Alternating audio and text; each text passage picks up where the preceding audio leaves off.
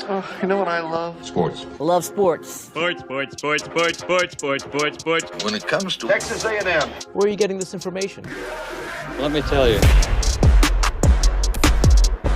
Welcome to TexAgs. TexAgs Live. I feel like I should be listening to the theme song from the Jeffersons. You know, we're moving on up. We will develop men, we will graduate players, and we will win championships on the field. It's a blessing to be in this position, and we're just thankful to be here. We're thankful to have the opportunity to go out there and play in front of the 12 man. He is a guy that has gotten better and better and better. He's just got that dog in him. It's been special. The 12th man this past week was unbelievable. And this is a real program. It's not fake. This is a real place. And if you want to be really good at football, this is a really good place to be. You know, if I'm betting on anybody, it's the Aggies.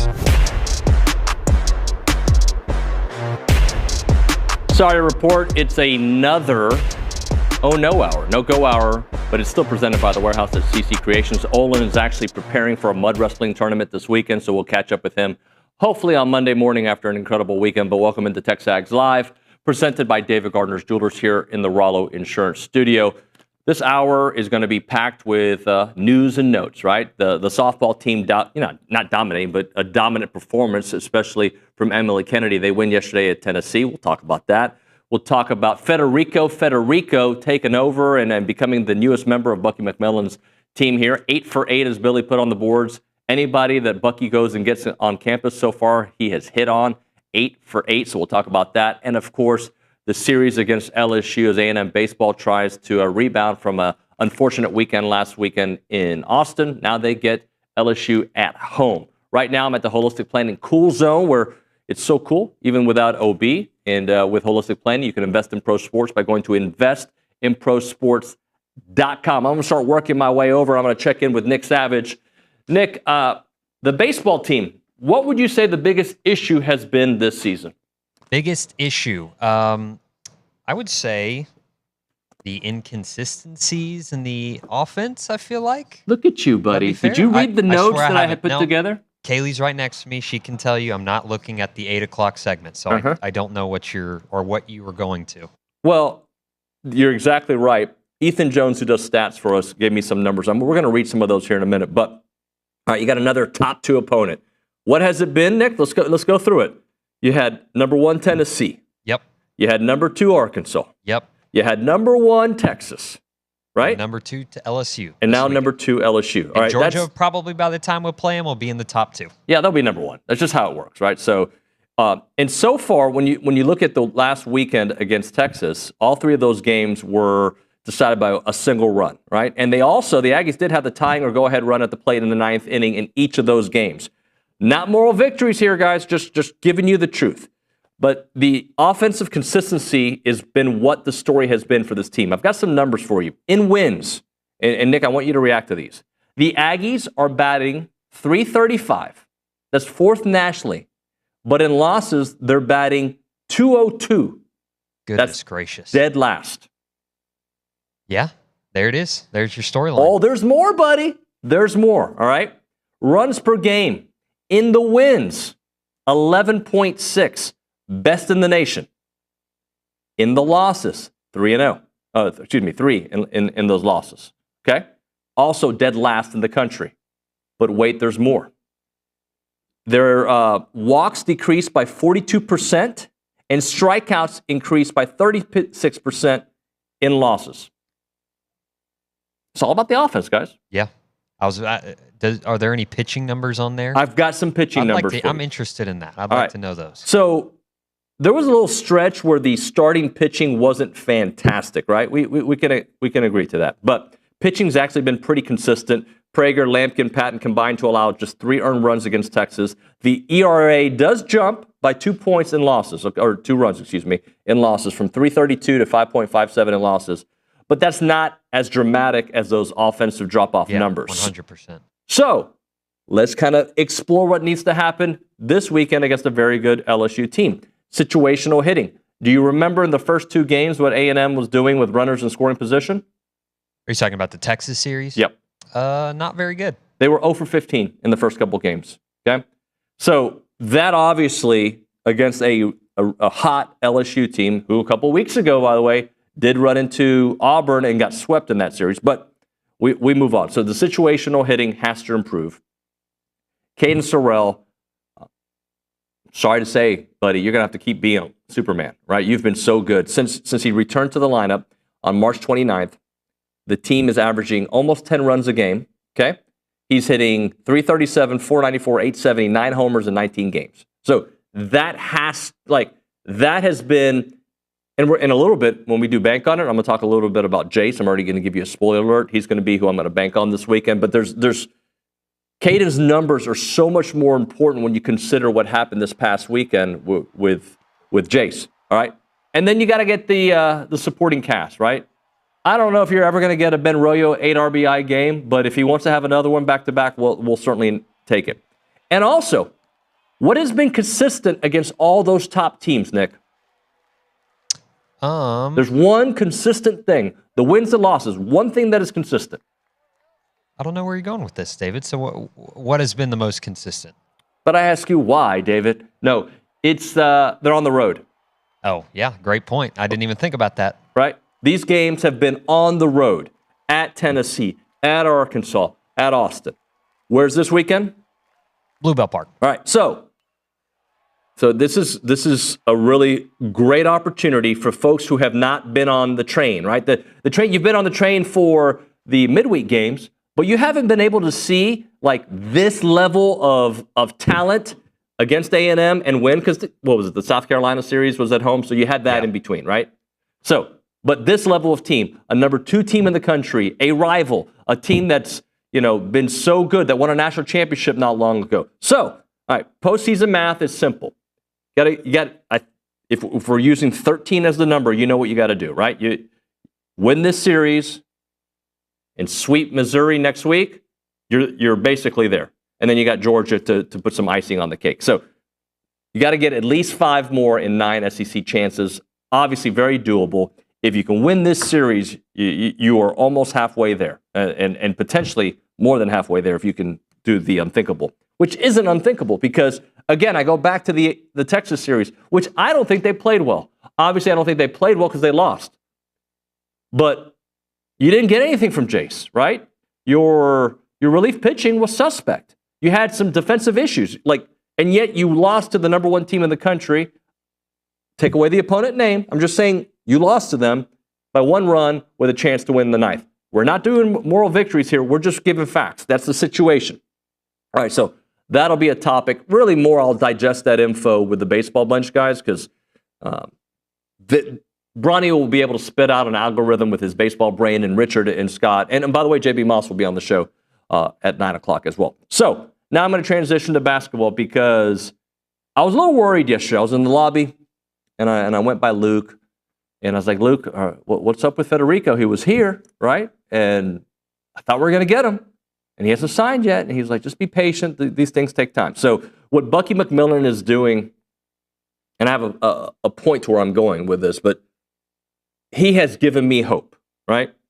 Because I didn't have a lot of hope. I had hope when they hired him, but I didn't have hope for 25. What Bucky has done is, I don't know how these pieces are going to fit together, right? We'll figure it out. But getting Federico is a massive piece to his big puzzle. So he's 6'11", he's elite athletically, defense, he's really good. He can score, shot 70. He didn't score a lot of points, but when he scores, he's very efficient. 74% from the field last season at Tech. He helped them on the run to the Elite Eight. So he's going to be a really nice player. Bucky McMillan, though, keeps adding pieces that are very intriguing that were thought to go elsewhere, right? If you would have told us that, was it Tennessee? Everybody wanted Federico. But I think Tennessee was the biggest competitor to get him. You would have thought that a new program with a new coach that doesn't even have a full roster would win that, or would not win that. But Bucky was able to get him.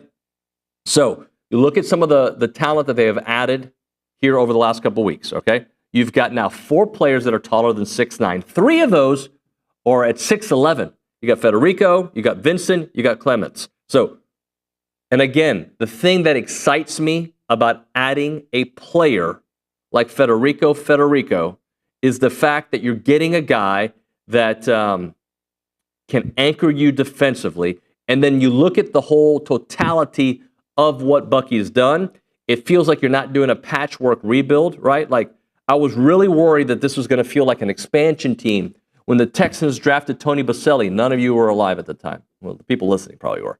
But, like, Nick, were you around for Tony Baselli? No. Okay. Aaron Glenn, you're familiar with his game? No. You're not familiar with Aaron Glenn? The Jets coach? Yeah. Oh, yeah. Okay. Yeah. Sorry. Thought we were talking basketball. Well, no. I'm giving an example. When the Texans had their expansion team, I see. they had the number 1 pick that took David Carr in the college draft. But then in the expansion draft, I don't remember all the players that they took, but I remember Aaron was one of them.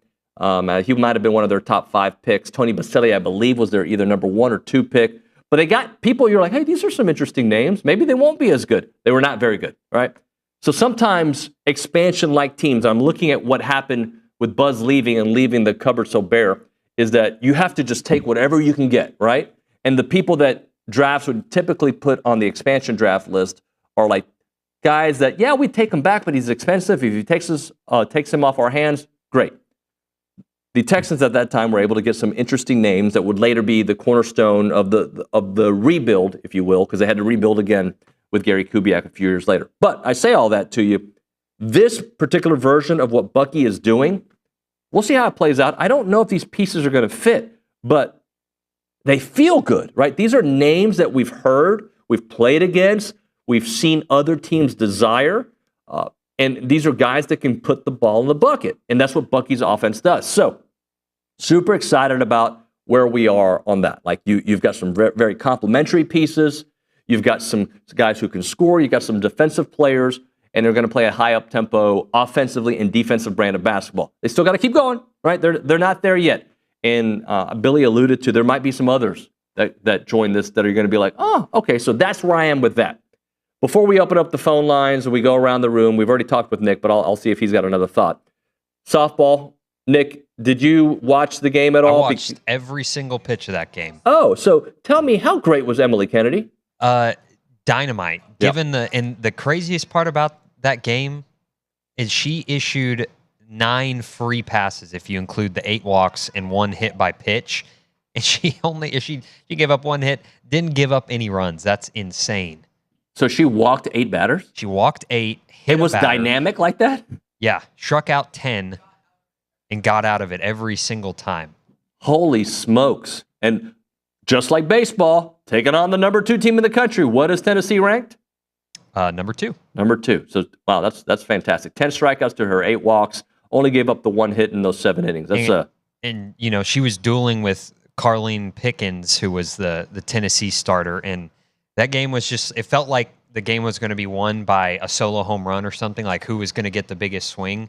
But it was Coco Woolley, right? Top of the 7th inning, Coco Woolley. Top of the 7th, RBI double, drove in the lone run. I know the Aggies had the bases loaded in the top of the 7th, but they couldn't get any insurance. But I felt that 1 run felt like a mountain. Well, so I'm looking at this. They're 42-8 overall, 15-6 in SEC play.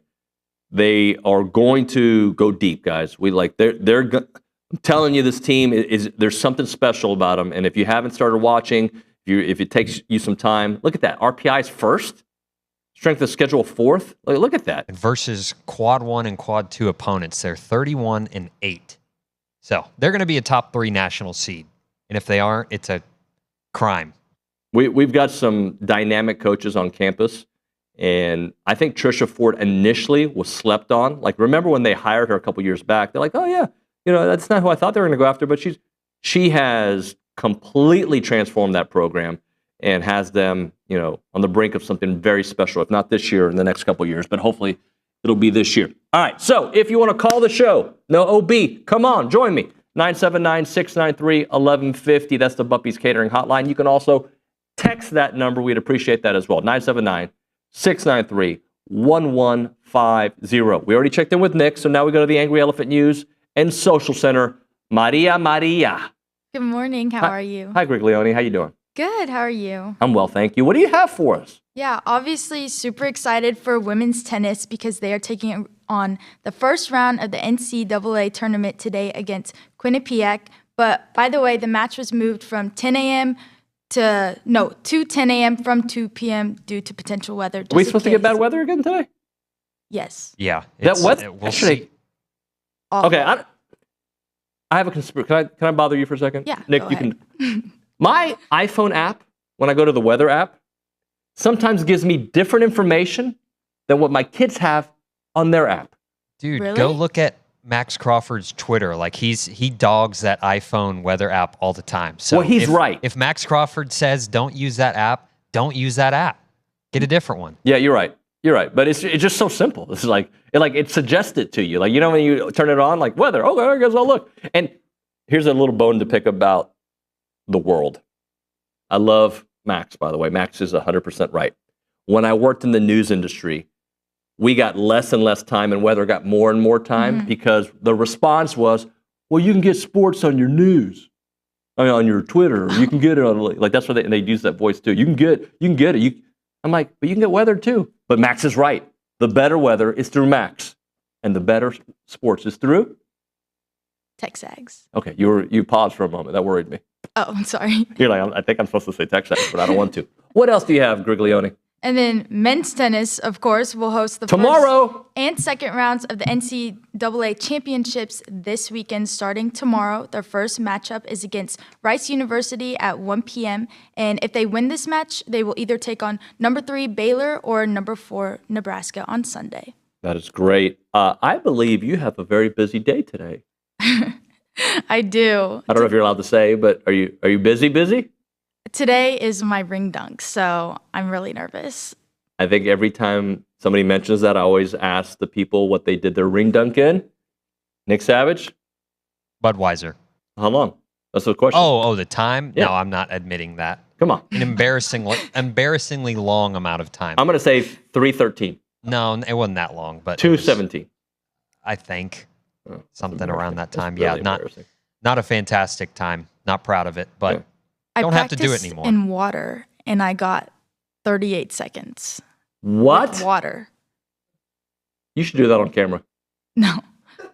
I told you, and I've said this on the show before, my old roommate, Brandon Davenport, B-Dav, I thought I did great. I did it in 42 seconds. I was celebrating, and I was told Brandon Davenport did it in like 22 seconds. I think that's really good. That's ridiculous. And then you said you knew somebody who did it in 12 seconds. Yeah, that was actually insane. I've never seen that. I don't believe that person. There was a video on Barstool, not of that guy, but of another guy who did it in 4 seconds. That's impossible, bro. He just opens his mouth and pours it down. There's some It's some people that insane. can delete beers for sure. Anywho, thank you very much, Griglione. Glad When I we could come enlighten back, y'all. what's that? I said I'm glad I could enlighten y'all. Yeah, thank you very much for that. When we come back, we're going to do bank on it, and I've already alluded to who I'm going to talk about. It's going to be Jace. But we'll do a deeper dive into LSU. JB Moss, as I mentioned, at 9 a.m., we'll have the Bucky McMillan editions at 8:35 because Luke Evangelist will join us, and Billy during the 10 o'clock hour. Right now, though, as I told you, we don't make jokes when OB is not here about 1775. They got pit masters there, Brandon and Brad. They fire up those smokers at 1775, and then magic does happen.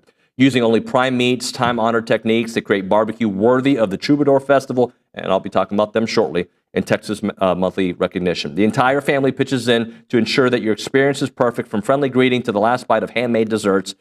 They have such a great culture when you go there. You'll know everybody. You'll feel like it's that show Cheers where they all know your name. Veteran-owned, family-owned, puts heart into every plate that they make. It is 1775. The phone number, 979-492-6241, or visit the website, 1775txbbq.com.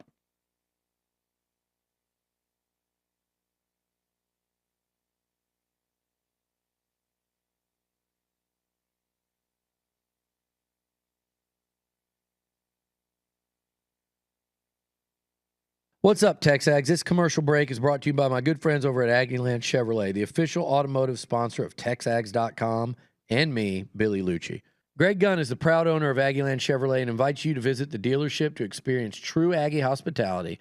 From their friendly staff to the experienced service team, Aggieland Chevrolet is TexAgs approved.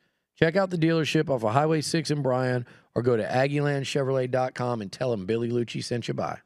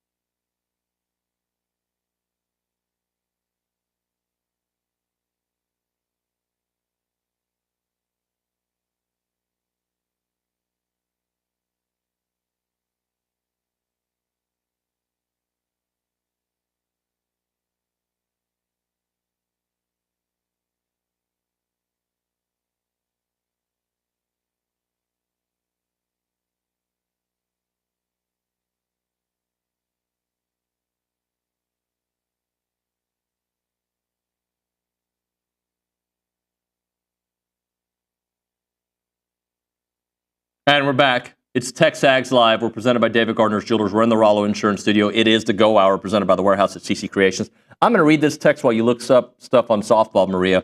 John in Cyprus. We used to be at odds, but we're now pals. He says, we have a top 3 softball team, DN, and you couldn't help yourself. Next year, Nuño still comes through. Trisha, if not this year, we'll have this team in OK City. Made me laugh. I think they're going to be in Oklahoma City this year. What I meant was, if they don't win a national championship this year, I feel like we're on the brink of that. It's kind of like the Mark Weaver. I feel the same way about Jamie Morrison, right? Like, I feel like he is building something for volleyball. Say what you will about Ross Bjork. He hired some excellent coaches when he was here. Excellent coaches, right? And Jamie Morrison has been fantastic. Trisha Ford has been fantastic. So I think those, and there's probably other programs that I'm missing out. Like, it's possible that Mark Weaver wins his 2nd straight national championship. We had Maria on the show, Mary Stoyani on the show yesterday. I was thinking about you. And like, she is, when we talk about legendary Aggies, she is right there. The best player in tennis who's already won a national championship on this year's team can maybe win back-to-back. So, but you're exactly right, John. Like, they should have been in Oklahoma City last year. They got screwed with their draw, and they took Texas down to the wire, and they got screwed. So I think they're going to be there, and they may win a national championship this year. My point was more about, if it's not this year, it's coming. Like, I feel like that it's the beginning of that kind of program of something special brewing. Griglione at the Angry Elephant News and Social Center. You got an update on softball? Yeah, obviously they won last night, and the last 2 games of the series were supposed to be today and tomorrow, but they actually moved to a doubleheader today, one at 1 p.m. and one at 4 p.m. today. Excellent. And there's also, we're never going to lead with this kind of information, but there was some SEC baseball yesterday that didn't involve the Aggies. Oh, yeah, Arkansas versus the Longhorns. Someone commented the Piggies beat out the Schlonghorns. Schloshhorns. Okay. Oh, no. All right. Schloshhorns. Schloshhorns. Oh, my gosh. They're laughing in the back at me right now.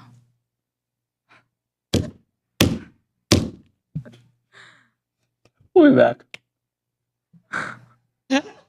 Oh my goodness. Oh, I'm still on the air? Okay. Yeah, you're still on. Oh my gosh. You want to hit a break? break. Okay. I can send it to a break if you'd like. We'll be back.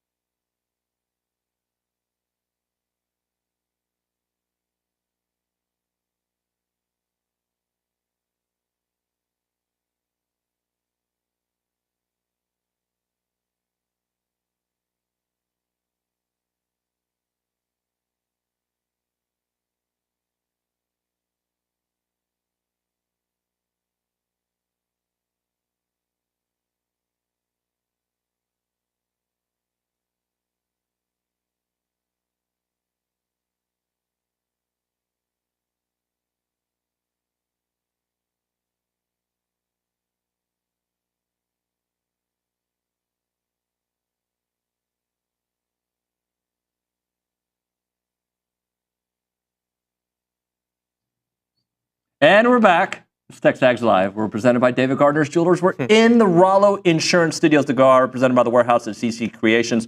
Our basketball analyst, Luke Evangelist, with us. We'll get to him here in a minute, but we got to pay some bills, and we also have to hear a caller. So we go to the Buppy's Catering Hotline.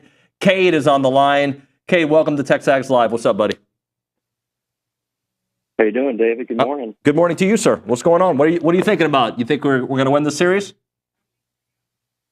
Oh, of course. I think, all the fear-mongering around, Jace has been playing bad and pitchers haven't been doing good. It takes some time to get consistent. We've been playing consistent on the high end over the last couple of days, or last couple of weeks, excuse me. But, I think it's all going to get put together at home and really get some life back to this team. Yeah, I hope. I agree. I'm not going to try to be next year Nuño. I'm going to be tonight Nuño, and I think the Ags will take game one, and then we'll have a great chance to win the series. Any other thoughts on baseball, Cade? No, I just want to give some insight into Cade Anderson because I also am a Cade Anderson. So this LSU pitcher we got going tonight, I think he's going to serve up some nice meatballs for A&M to hit out of the yard and maybe get to ball 12 count for Section 203. So we hope so. I'll have Scotty Clendenin and the Baseball Bunch guys break him down, but I'm going to just give you some of the numbers that Nick just put up on the screen. He's 6-1, which is pretty impressive. A 3.76 ERA, and he's got 102 strikeouts on the year. So some impressive numbers. We'll break that down here shortly. Cade, appreciate your phone call, buddy. Thanks. Thanks, Gig'em. Gig'em. Very friendly guy. All right, let's do Bank on It real quick. Presented by Vera Bank. Authentic relationship-based banking built for real life. Go see Joel Jackson and the team. Learn more at verabank.com. Nick, I told you earlier I'm banking on Jace, and here's my reason for it. You look at what he's done. He went 1 for 15 over the last week. That's not Jace Lavalette numbers, okay? 1 for 15. He went 0 for 6 against Lamar and 1 for 9 versus Texas. Hasn't hit a home run since the Arkansas series, the last game of that series where he hit 2. It wasn't that long ago, by the way. It was April 18th, right? But it feels like a long time because of what we have seen over the last 7 days. I think Jace is going to break out in a major way, and he's going to break out tonight, and it's going to be one of those series that he breaks out the entire time. That's what I'm banking on, Jace Laviolette going yards multiple times this weekend. All right, we bring on Luke Evangelist. Federico! Sounds like a character in a movie. I'm looking very forward to seeing this guy playing some Aggie basketball. Yeah, I'm looking forward to it too. Can I do a bank on it? Yeah. That Bucky McMillan will be at the baseball game sometime this weekend, and A&M baseball will win that game. Okay, I like that. There just seems to be some kind of correlation with Bucky attending sporting events and other teams good things on happening. Campus, yeah, winning. And he has some kind of power over this whole campus. It's weird. And will he have another recruit with him? Maybe. To be determined. TBD. Yeah. TBD. So talk to me. So yesterday, I told the story in the opening segment. I walked by the lobby. I was like, "What's the deal?" Like I was like it's Luke in charge of Federico's, yeah, I'm future. His new agent. Yeah. And I'm like, "What's the deal?" And you're like, "Just be patient. There's some things that got to get worked out." And they ended up doing it. Yeah, and this is a kind of recruitment win where it's just Billy said it best on the boards. It's just it's unbelievable when you think truly about the ground that they've had to make up since getting here. Not just the fact that by the time Bucky had his whole staff or most of his whole staff hired, they were already 2.5, 3 weeks behind in the portal on getting in contact with these kids, selling Texas A&M, and you add on top of that the fact that the programs they're competing with for some of these guys, like Auburn, who just went to the Final Four, Ole Miss, who is they were a shot away from making the Elite Eight, NC State, Will Wade, they have all the hype, all the momentum. And Bucky McMillan has no proof of concept in the SEC yet. And he's able to win these massive recruiting battles against a Memphis or an NC State.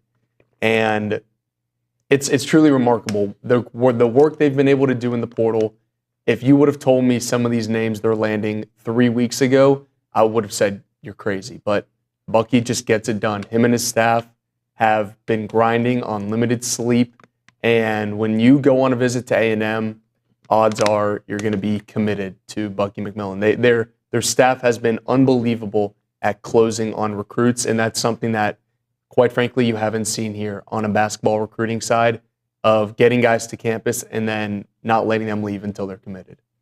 I look at this team and I think to myself, why am I allowing myself to believe they're going to compete? Right? And look, we don't know. Like, I fully recognize Maroon drinking Kool-Aid. Like, I don't know how these pieces will fit. But a lot of times, these are names that I've heard. Yeah. Like, these aren't like nobodies. And the quote-unquote nobody's a nobody. But the people I wasn't familiar with, when I read up on them, I'm like, oh, Jacory Lane can score. Yeah. Right? Like, so these pieces that they're bringing, like, is giving me, we'll see how it plays out, but it gives me hope that this next year won't be a lost cause, because I initially allowed myself to think it'll take a couple years. Yeah. And it doesn't feel like that right now. Yeah, and I think I was in the similar mindset of, you look at what he did at Samford, that first year was rough. It takes some time to get a program off the ground. Well, I know A&M has had some limited basketball success, but the state that Buzz Williams and his staff left this program, it was as if Bucky McMillan was taking it off the ground once again. So my first expectation was, look, if year one doesn't go well, that's all right. No one is expecting this team to get to the tournament in year one with a brand new head coach, with one player coming back, with 0.6% of their minutes returning. Nobody was expecting.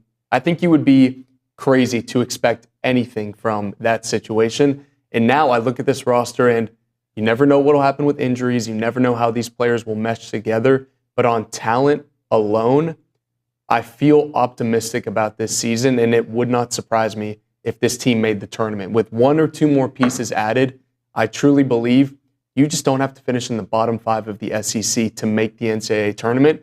And I look around at other rosters and what Bucky McMillan has put together, and it would not surprise me to see this team in the tournament. Now, I don't want to get ahead of myself here, but No, but you're saying, but putting a compelling case right now. Absolutely, there is evidence on this roster of guys who have tournament experience, guys who were crucial in Sweet 16 and Elite 8 runs. And if you're able to put that all together at A&M, it just would not surprise me to see this team exceed some initial expectations. Guys that other programs that we seem to be, I don't know, better's the word. Yeah, better than an A&M, right? Better basketball programs, or at least deeper runs than A&M. 100%. One of these guys. Yes, and Ryland Griffin is a great case of that. That's a recruitment where it's going to be Texas A&M fighting Alabama for a guy who was a Final Four starter on Alabama's team 2 years ago. And if A&M's able to pull that off, that's another massive recruiting win. And that's just, anytime you're going against Alabama or Auburn or Ole Miss or NC State or Kentucky, you feel good. You feel good if you win it. If you don't, you're like, I get it. I know, but a couple of years ago, if those teams were in play, you're like, no shot that kid's coming to A&M. Now, at the very least, Bucky and his staff are giving you a fighting chance. So I remember him against A&M, but why did he not start at Tech? Give me he was a six man for them. Yeah, correct? So they had Darian Williams. I mean, that Texas Tech team was loaded. Yeah, they went to the Elite Eight. Yeah, they did. That was a great team, and Grant McCaslin is a great coach.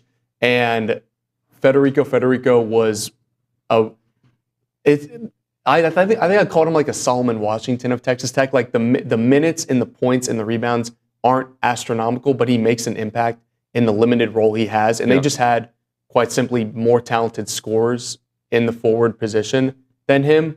Whereas at A&M, I think one of the major selling points is, hey, you can come in and be our day one starter. And instead of playing 18 minutes a game, why don't you play 27 minutes? Exactly. And so that production per 40 minutes should see an uptick. And he was already in the top 10 in blocks when he was at Pitt, right? Yeah, he was top 3 in the ACC in blocks, offensive rebound percentage. At Texas Tech, he shot like 74% from the field. Yeah. And that's the system of Buckyball is we're either shooting a 3 or we're getting something easy at the rim.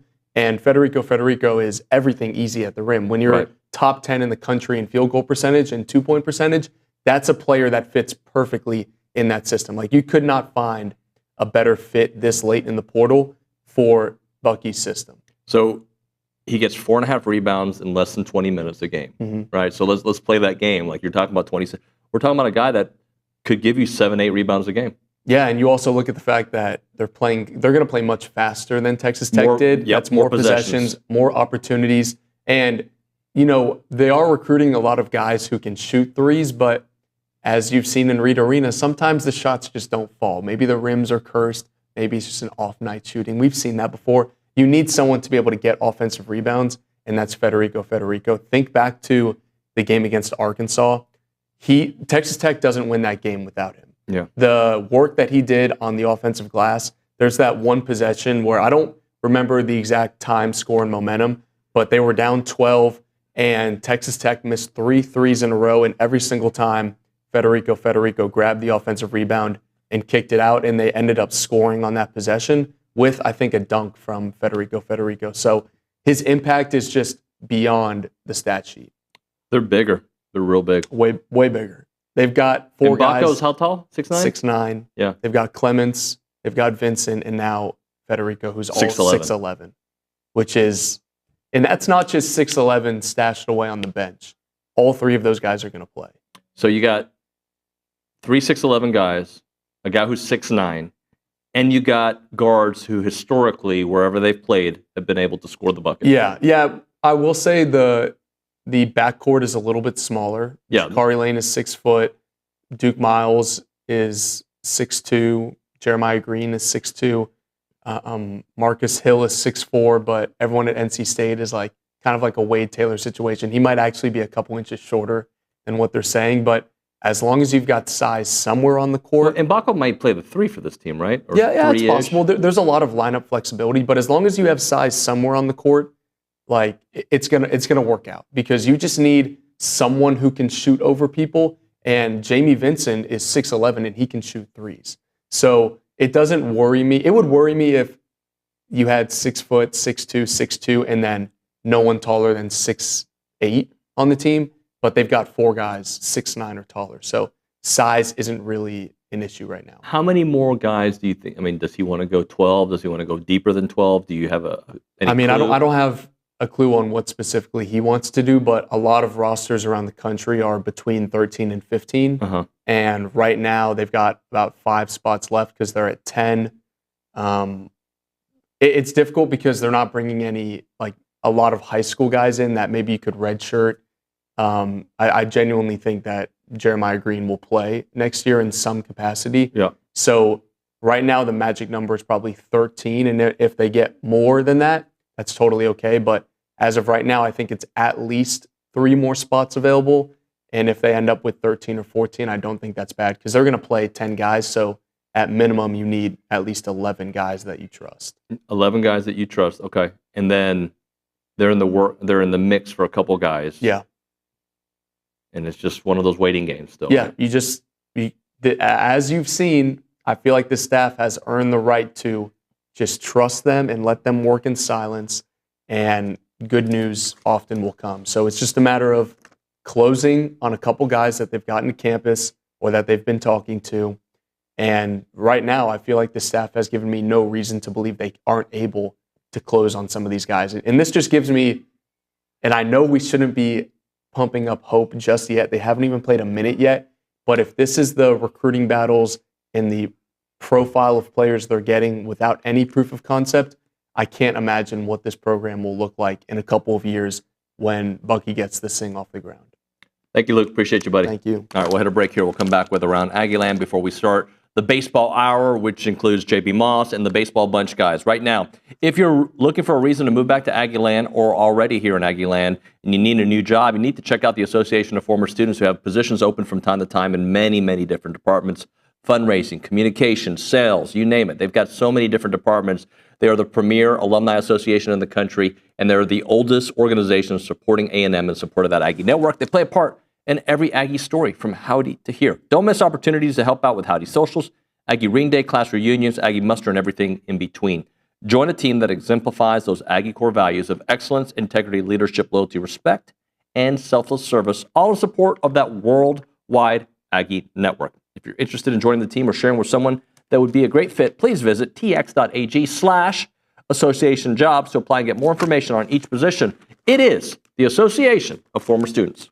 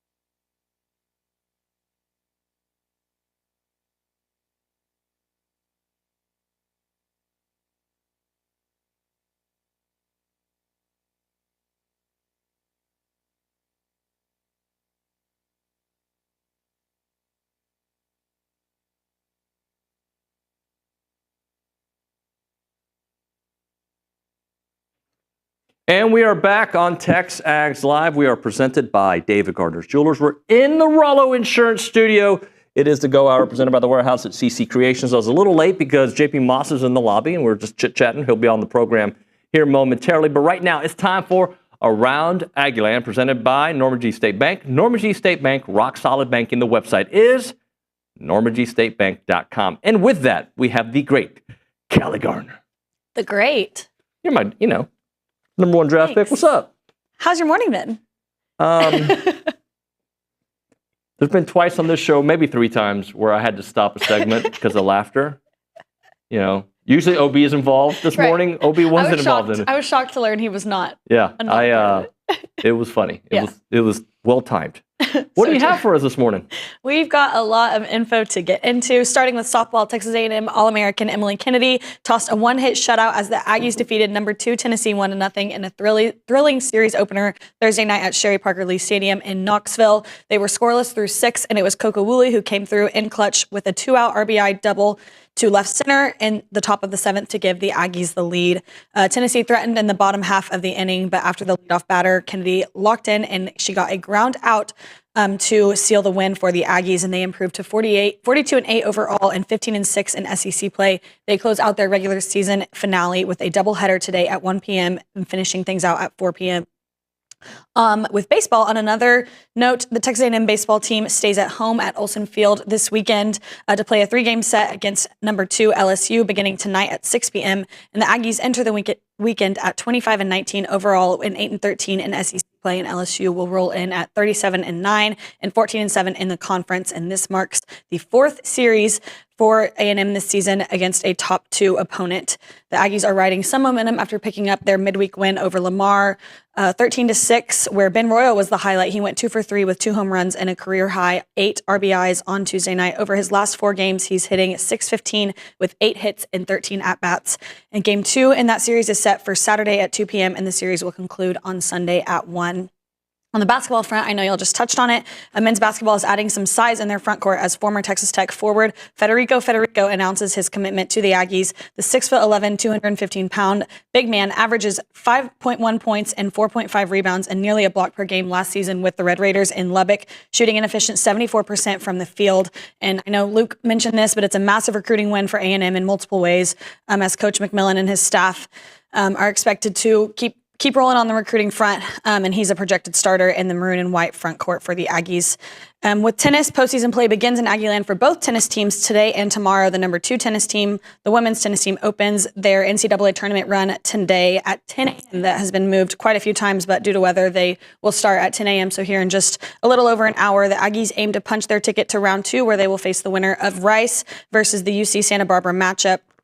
Texas A&M enters the tournament riding a remarkable 67-match home win streak and will look to make it 68 as they face a familiar foe. They swept Quinnipiac last year 4-0 in the NCAA opener.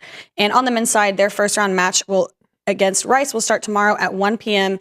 At the Mitchell Tennis Center, and the winner will advance to the second round, where they will face the winner of Baylor and Nebraska match at 2 p.m. on Sunday. Carlita, thank you very much. Appreciate you. Nick, I don't think you were in the meeting that I had with Maria a little while ago. Did you hear the executive decision I'm making? No, I didn't hear the decision. This came from it was a suggestion from Caleb last week, or a couple days ago, and I agree. So the TexAgs.com chat, that's our super chat. They're going to get preferential treatment. Those guys are in there, so when those guys chat, we're going to give them the first love on the show. We're going to call that a TexAgs super chat. So they're going to get first crack at it. But of course, the YouTube page and our 979-693-1150 are going to get the same love. But we're just going to go TexAgs Super Chat first. That's just how we roll. Yeah, Super Chat. I like that. But the stuff on the Super Chat today is all about something that happened in 828. So I'm not going to read those right now because 828 was a thing. It was a moment in time. Okay, just a moment in time. But here's what the 828 moment has also made its way to the premium board. If you haven't seen that. Does she know? Yeah, I showed her. She okay? She's good to go. All right. Caleb, you're right. Don't need OB for jokes today. No way Luke can top that, Ty Holden says. Again, only have seen you laugh that hard a few times in my, 3 years here. So yeah. I forget what OB said that one time, but it was during a live spot. Yeah. We're watching it back here. Don't worry. Is it every now and then the folder comes out of all the out of pocket moments. And we got a new one today. 1775 was it that one? I think it was. I think so. Anyway, if your wheels have been damaged by potholes, curbs, or medians, go see the experts at Brazos Valley Wheel Repair. Don't replace rims. Repair them. The expert at Brazos Valley Wheel Repair have over 2 decades of experience. They're always going to make sure your wheels return to perfectly safe conditions. They road force balance all wheels to make sure you get the smoothest and most safe ride possible. They have experience repairing everything from minor curb rash to polishing to more complex jobs like bent or cracked rims. They're absolutely the place to go if you have wheels that are in good shape but you want a fresh new look. The pros there can create a custom look for you. It is Brazos Valley Wheel Repair. What you need to do is visit them in person at 508 Burnett Street in Bryan or go to bvwheelrepair.com. That is bvwheelrepair.com.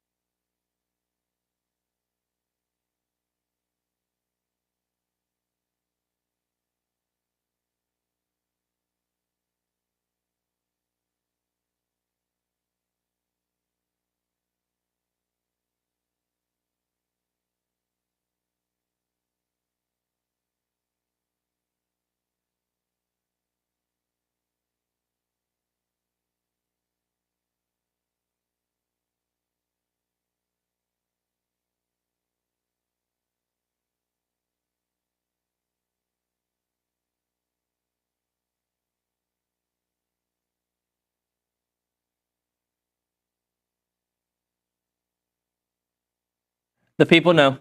TexAgs Live, presented by David Gardner's Jewelers Rollo Insurance Studio. JB Moss in studio.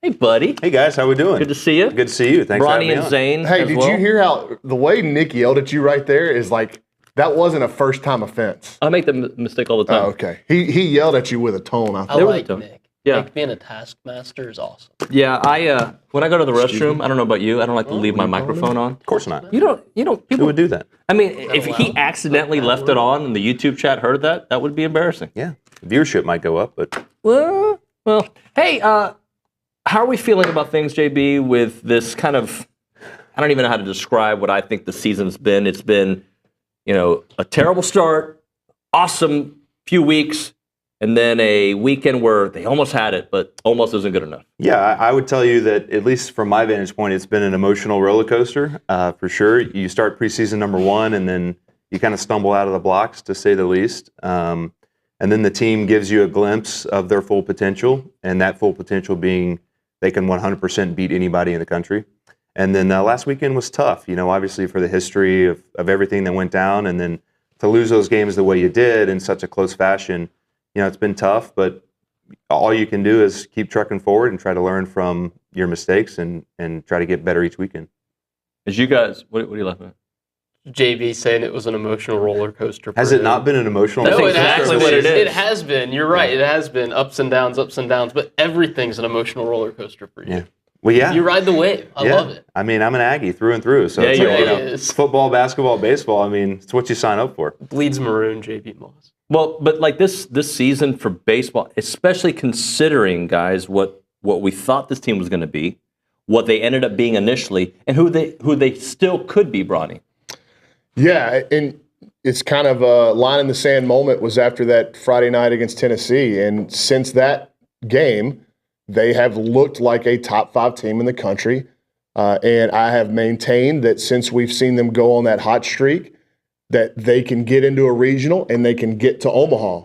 Now, because of the warts they have, they could get into a regional and go 2-Q just as easily. But they've got to get in. And that's what you're worried about now because of how you played against Alabama, Vanderbilt, and Kentucky. You've really put yourself behind the 8 ball. Man, just imagine if they were able to get 1 against Bama and 1 against Vanderbilt. This whole thing's changed. And you're going, okay, they're probably going to be a 2 seed somewhere based off the remainder of the schedule, but you're not going, can they get in? Right. You know they're going to get in. And that's where we're at heading into a series against LSU, which I'm telling you, in terms of overall talent, this will be better than what you saw last week. Yeah, Bronny's exactly right. I tried to do some homework before I came in, and I was printing off LSU's team stats, and Bronny's exactly right. I mean, they can hit. They can really hit. Their team average is over 300. They can slug. They're about even with A&M on home runs. They got more doubles, and then their 2 starters on the weekend are legit. Bronny can obviously tell you way more about that than I can, but A&M's going to have their work cut out for them, and they need to play really well this weekend to have a chance. Richard, not to simplify it too much, but all these series against teams have been on the road. Finally, you get a number 2 ranked team at home. Yeah, finally, you get to play in front of your crowd, your own home field advantage, right? And there's something to be said about playing in front of the 12th man. JB, I'm sure could speak to that a little bit more than I could. But I remember you went on the road and played a number 2 LSU team at the box, had success against them. So what is it like playing against the Tigers, regardless of where it's at, whether it be in Baton Rouge or College Station? Yeah, you much prefer to play them here than in Baton Rouge. That's what I would tell you. I would say that LSU was my number 1 favorite road experience in my time here. Arkansas would be a close second, but they're rowdy for sure. And look, anytime you play LSU, you're going to have to bring your lunch pail because they're supremely talented every single year. They recruit just about as good as anyone in the country. They're always well coached, but you'd much rather have them here, and I'm thankful that A&M does have this opportunity at home. No love for your trip to Starkville and Super Bulldog weekend? Yeah, that was up there too, for sure. That was a special weekend. We don't need to relive the glory days, but that was pretty fun, and that was also an electric atmosphere. Well, Nick had just popped up the starting pitching comparisons, and one of the things that sticks out about LSU's top 2 starters, Anderson and Ianson, look at the strikeout numbers. Yeah. Exactly right. 102 strikeouts in 64 innings for Cade Anderson, who I talked to a pro scout last weekend in Austin that said best left-hander in college baseball. Mm-hmm. Better than Jamie Arnold at Florida State, better than Liam Doyle at Tennessee. Wow. That's a really high praise. And Ianson right here, 91 strikeouts in 59 innings. Those are astronomical numbers. So, look, this weekend, when you're going to the ballpark, if you're an A&M fan, the Aggies are going to strike out. They are. Like, the stuff is too good. They're going to get theirs. But I love what Michael Early said yesterday in his media availability. He's like, it's going to come down to what it came down to last weekend, where they couldn't drive anybody in. Mm-hmm. And they were exceptionally poor, JB, I thought, against Texas, with 1 out and men in scoring position. Mm-hmm. And you know how critical those at-bats are in games. 2 out hitting, it's flip a coin, right? Yep. Like, you can't bet on 2 out hitting. It's a huge luxury if you get 2 out RBIs, right? But when you get runners to second and third in less than 2 outs, they have got to come home. I thought last weekend, especially on Sunday, early in the game, they were really poor in the first and second inning with runners in scoring position in less than 2 outs. Yeah, I think, look, Bronny will tell you, to me, it's the hardest thing to do in sports. It's the hardest thing to do offensively is to hit with runners in scoring position, especially on the road. Look, in this league, odds are you're facing a guy that's got wipeout stuff. You're in an environment that is not very friendly to you, and it's when the stakes are the highest, right? You've got to find a way to lower that body temperature, to breathe a little bit, and to just trust the work that you've put in and not try to do too much. It's a saying you're going to hear all the time in the world of baseball, is not try to do too much. You just take the pitch you're given and you just put a good swing on it. But it's the hardest. It sounds so simple, but I'm telling you, it's the hardest thing to do. The good news is it's a little easier to do, in my opinion, at home in front of your home crowd. So hopefully that tide can turn this weekend. A&M's 5 for their last 37 opportunities with men in scoring position. And Bronny, you heard Coach Early. I heard him on radio this weekend talking about you can't really practice hitting with runners in scoring position. So, well, one of the things, like, 2 of the key elements, I think you said one of them is, like, don't try to do too much. Mm-hmm. You can't overswing. There are some guys in this A&M lineup that have a propensity to overswing in those spots. Mm-hmm. They want to get it done too bad. Yep. The second thing that I think you can really track in those RBI spots, especially less than 2 outs. Again, when it comes to 2 out RBI hitting, it's hitting. Like, you got to get a base hit, right? Mm-hmm. So there's less, to me, it's more of like an overall approach with 2 outs rather than a specific approach to drive a guy home. But one thing I think you can track, and it's important for, obviously the coaches do this, but I think it's important for the players to know, like, what you swing at in those scenarios is more important than anything. Agreed. What you swing at when you swing at it. I'm a big believer in early in counts and RBI spots, get the job done. Yeah. If you can get up there and in the first 2 or 3 pitches, you can get something that you can get the job done with, go. And a good reminder is, hey, you put the ball on the ground and you have an outfield single, it's going to score that run. You don't have to hit the ball over the fence. Right. Right? But it's just, you want the crowd, you want the reaction, you want the 3-run jack, right? But if you just find a way to calm yourself down and just put your best simple swing on the baseball, it usually will get the job done. Yeah, and a lot of times you can go early and miss-hit a ball. Mm-hmm. Depending on where the infield's playing, you miss-hit a ball and ground it to second base, and there's a run. Yep, and it gives yourself a chance, right? But if you pop that ball in the air, it's an out. Right. So I think staying within themselves and pitch selection, what they swing at in those scenarios, is really important.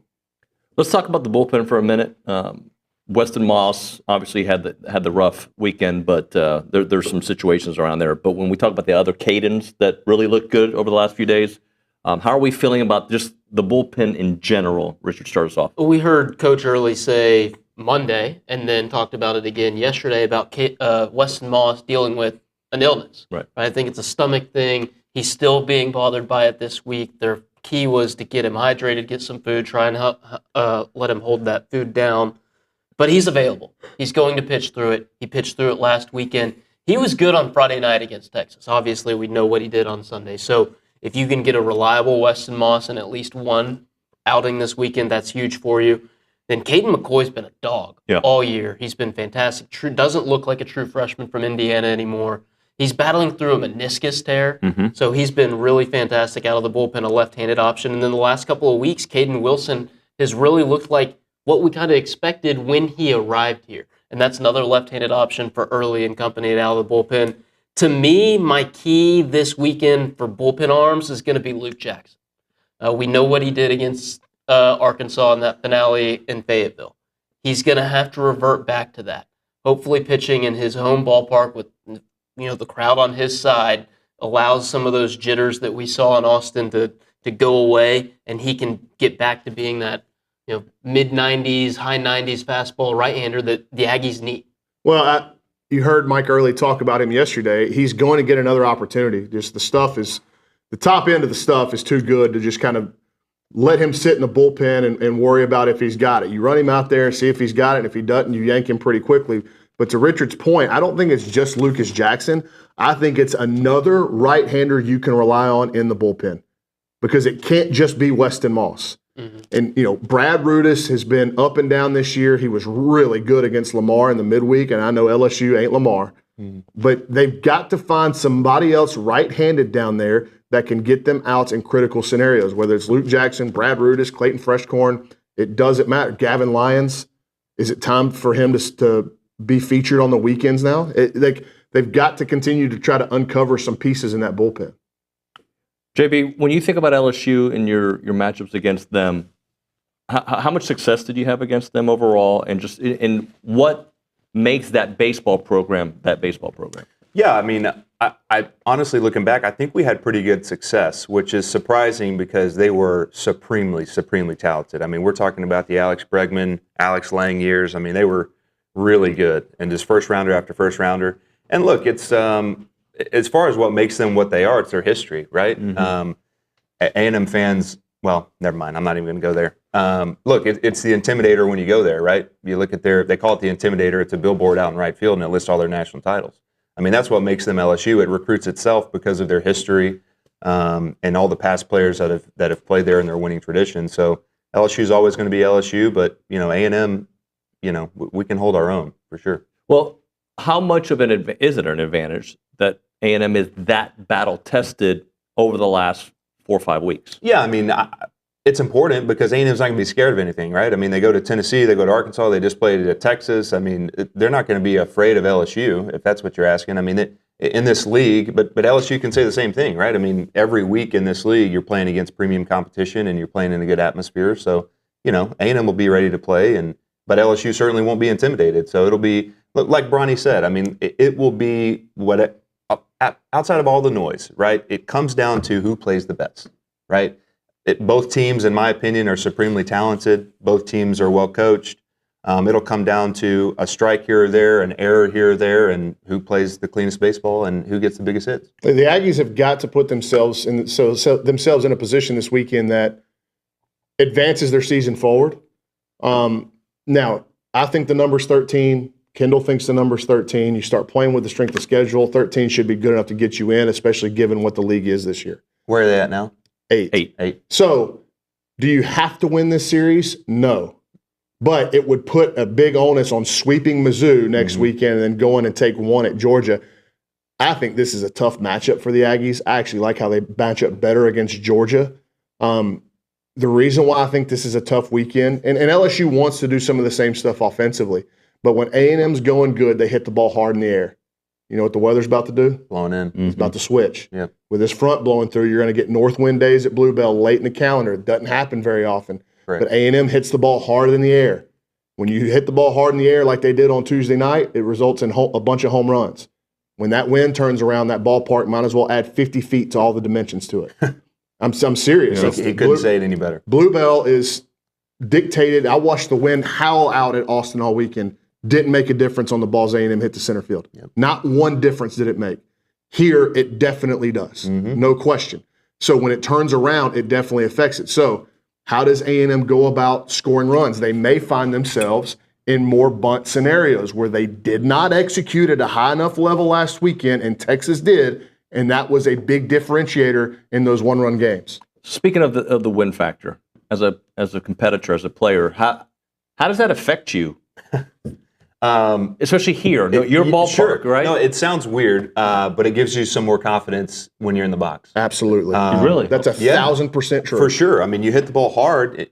Look, you put a good swing on the ball and you hit it in the air, it's going to go out here. I mean, for a big bopper, I mean, even a guy like me who hit leadoff, if I knew if I hit my best swing and I hit the ball in the air this time of year, it was going out. And that gives you so much confidence in the box. I can't explain it enough to you. But what about with the north wind, though? Yeah, I mean, it's a thought for sure. And our coaches were so hard on us when I was at A&M about keeping the ball out of the air in the north wind. The way this staff teaches hitting is different than mine. I'm not saying that ours was wrong and theirs is right or anything like that, but we were taught to keep the ball out of the air because of the north wind. I mean, the bats were different, the balls were different, right? It's a completely different game now. But the wind factor is a thing, mentally in the box, and even when I was here physically, what they taught us to do based on the calendar of the season. Earlier on the show, we did bank on it, and I banked on Jace because he's in a little bit of a slump right now. Mm-hmm. Do you see anything in the series against Texas, or maybe even Lamar, where he went 0 for 6, that gives you some all right, I think it's about to turn?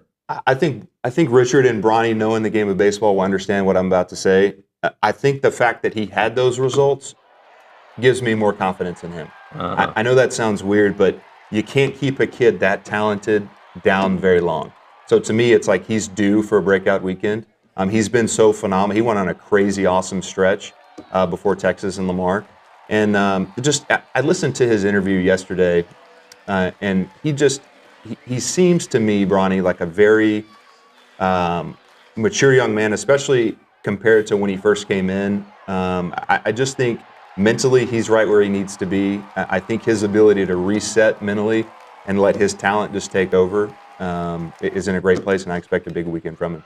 Yeah, he's matured so much, and his on and off the field stuff.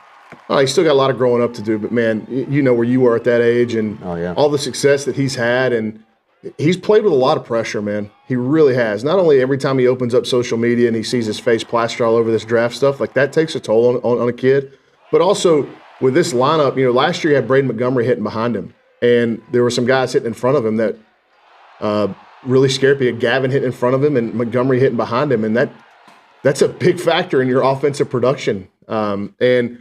They just haven't had that. And now when they're going good, and when Hensler's locked in behind him, it's another tough hitter. But look, these are going to be tough matchups for Jace. Let's not forget that last year they went into Alex Box Stadium and they had been crushing balls all season long.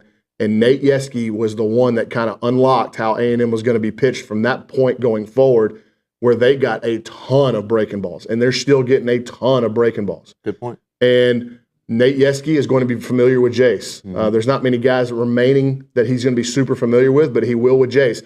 And so he's going to go in with a mental kind of game plan of how he wants to attack Jace. And oh, by the way, the arsenal that he's attacking Jace with is elite. Yep. And the arsenal that he's attacking the entire A&M lineup with is elite, at least in the starting rotation. They got one guy on the back end that I really like, Cowan, but I think it gets thin for them because the Schmidt kid, the true freshman from Baton Rouge they pulled out of the draft. They gave him enough NIL where he took his name out of the draft. He's not been great. He's scattered his command. And Shores? Shores he throws 100, but he gets beat up a lot. Yeah. It's in the middle of the plate. It's elevated. It doesn't move. So much so they took him out of the Sunday roll. Mm-hmm. And then I watched him come out of the pen against Bama and get beat up pretty good too. Against Tennessee. And then Kason Evans, who's a kid from Houston, St. Pius, big time stuff, but young, and he can be a little bit erratic. So they've got some questions in their bullpen.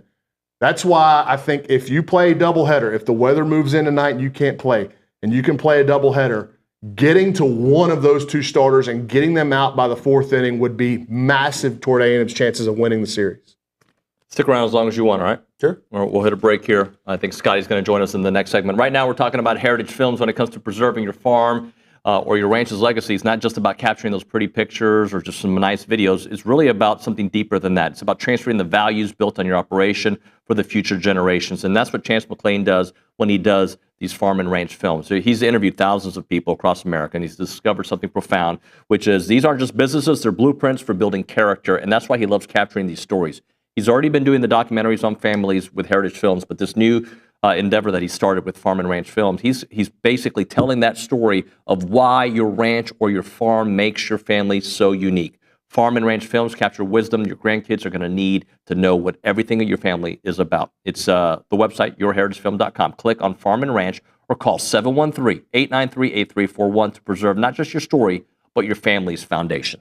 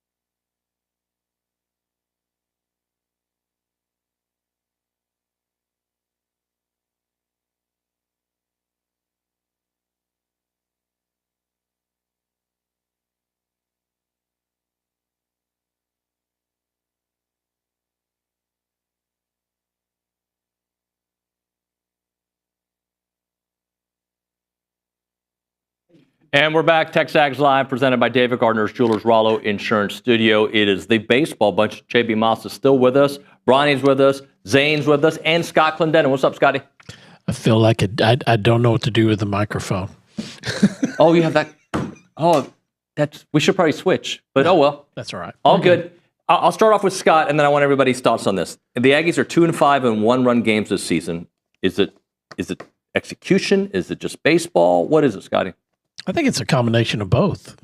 You're 0-3 last week in one-run games, so that's going to skew the metric. I went back and looked. I could not find not only 3 one-run games between A&M, Texas in any year. I couldn't find 3 in a row, and but you have got to execute, and I think that we saw the execution errors that took away an opportunity to take bigger leads last week and to tie the ball game. And it was not just in one game; it was in the 3 games. So they need to clean up that execution, and then they need to they need to pitch like they did last week. If they pitch like they did last week.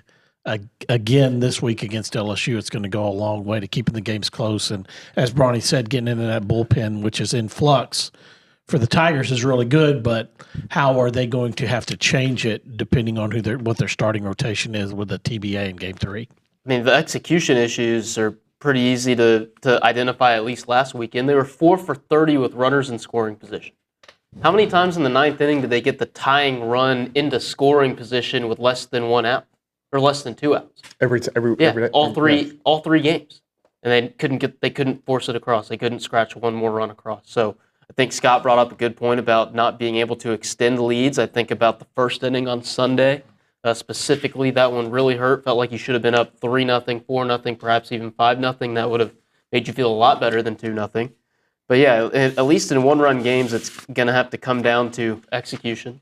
The offensive numbers prove that. They haven't hit well. They haven't been good enough in situational hitting to win those type ball games.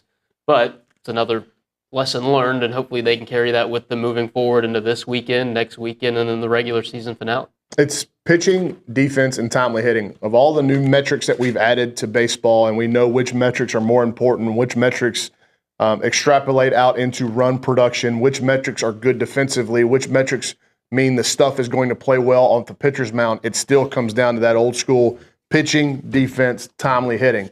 A&M got probably 2 of those 3 last weekend. The timely hitting, Texas was by far the Texas outplayed A&M in that arena in one-run games. That was the difference. Maybe. No, I mean, listen, you get smart guys that know the game of baseball up here, is what I would tell you. I don't have a whole lot to add. I would just say that they just got to continue to be coached up, man. I mean, look, you guys do this for a living. How many teams has A&M played this year that are more talented than A&M? 0. How many teams has A&M played this year that have wanted it more or played harder than Texas A&M? 0. So to me, it's a talent, it's a desire, and it's a coaching, right? I'm not dare saying that Mike Early and the staff can't coach. I think they've proven that throughout the course of this season. You've seen this team progress. You've seen them get better. And what's funny is I just looked at the bottom 4 of the standings, okay? You have Texas A&M, Mississippi State, South Carolina, Missouri. Mississippi State just fired their head coach, and the other 3 teams have first-year head coaches. So I just think that it's part of the growing pains. I think it's part of taking the lumps, and I think, as everyone up here has told you, this team is continually shown to get better. And I think as long as they continue to move in the right direction, that, I think this team still has a chance to get to Omaha. Of those bottom 4 teams, Texas A&M is legitimately the only team, I think, that has a chance to get to the postseason. Agreed. And of those bottom 4 teams, they're the only squad that can not only get to the postseason, but as JB said, make it to Omaha. Well, and Florida's tied there, and no one is saying. I would put Florida in that category too. That O'Sullivan, is in a position where he's in trouble or anything like that. Sure. Nor was I. No, but I'm just saying, even the experience. You've got 2 national championship head coaches or programs. One of them, Mississippi State, fired their head coach. But you just look at that and you say, hey, where is this league? Well, this is a league that chews teams up and spits them out no matter what your talent level is. what your coaching staff is. You have got to be confident and play good baseball week in and week out. And that's what the determining factor on who's at the top and who's at the bottom, other than Missouri, which has got talent issues and some other things that they're just not on the same playing field. But to act like South Carolina, A&M, Mississippi State, Florida, whoever else you want to put in there isn't a talented team is being disingenuous. Yeah, to JB, you asked how many teams has Texas A&M played that are more talented than them. If you change the question and say how many teams has Texas A&M played that are as talented as them, that number's way different. And that's the difference in this league. And you've seen it firsthand that when you go to Starkville or you go to Columbia or you have LSU come in or you have Arkansas come in. And you don't play your best, what happens? You look across the dugouts and you go, that team can absolutely beat us, talent for talent. We're identical. So then it comes down to who can make the big pitches, who can execute with runners in scoring position, who knows where they're supposed to be on bunt defenses. Exactly right. All of that stuff gets magnified. And home runs and power production, that is erasers. Mm-hmm. The home runs are erasers. That's what they cover up a lot of stuff. They paper over the cracks. That was 22, right? Yes. That's all we saw in 22. Yes, that team had huge flaws, but they just kept slugging, and everybody kind of you forget about it. Yeah, because they slug. Exactly. And then you saw with now the emergence of Bear Harrison, Benderup, and the return of Sorrell, all of a sudden A&M had slug again, which could cover up some of those things and take what was the deficit in the first 3 weeks of the season and give you a chance to win those games. And that is the difference in what A&M is the slug you get from those three guys that you didn't have in the early game. Hey, I'm convinced that if Sorrell is available just to swing the bat against Bama and Vanderbilt, they take at least one of those games. And then he's 1.5 to sometimes 2 runs a game. Right. And so you're looking at, and that's it. That's if he comes up with nobody on. Like if he's coming up in some of these scenarios where A&M was struggling with men in scoring position in those weekends, it's not only game changing; it could be series changing in terms of the swings. But you don't, and we can sit here and we can talk about the injuries and the weather and all that stuff. They didn't play well. But Bronny, which is why I think the mulligan that the baseball gods have given A&M, and A&M earned that mulligan, but like it felt so lost. You still have this golden opportunity with everything that we have gone through to like, hey, yeah, we weathered that storm. We still know what's ahead, but it's still all possible. Yeah, the good thing is about this club is they've played with their backs against the wall, and they've played with their backs more against the wall than they are this weekend. After you lose that opener to Tennessee, you had no more margin for error, 0. And they bounced back and they found their way out of it. They dug themselves that hole, and then they started to climb out of it. Now, last weekend, a hit here and there, and you're still climbing out of that hole. You didn't get it, so you're kind of hanging out, and you're still not all the way to daylight yet, and you've got to do more work to get there. And it's certainly feasible for them to do.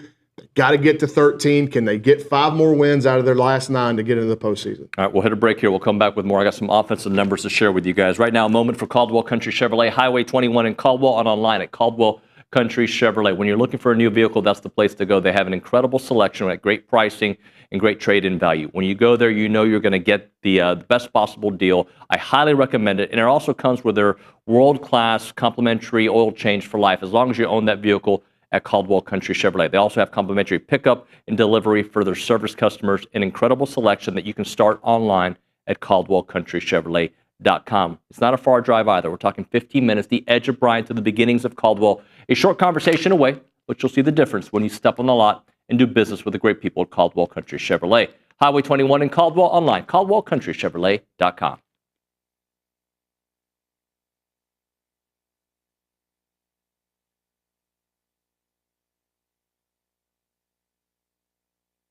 Let's talk a little Snaps clothing. David Nuño here, and I love wearing Snaps clothing everywhere. I've got the flannel on right now. You've seen me in the Tailgater collection with the A&M gear. It is fantastic. If you see me around town with my sons, Christian and Cruz, they've got a bunch of Snaps gear. When they have big games for Consol, they wear nice clothes, so they wear their Snap stuff. And I'm telling you, with baseball season here, let's all kind of go looking stylish and fit to the games there at Olsen wearing the Snaps clothing. As a reminder, they are the only official licensed Texas A&M Pearl Snaps maker out there. Their Tailgater collection is built for game day with breathable, moisture-wicking fabrics to keep you comfortable while you rep your Aggies in style. Now, whether you're watching the game from home or maybe you're in attendance, you're tailgating, whatever it may be, you got to make sure you head to snapsclothing.com to see everything they have to offer. It is fashionable, it is awesome, and you're going to love it.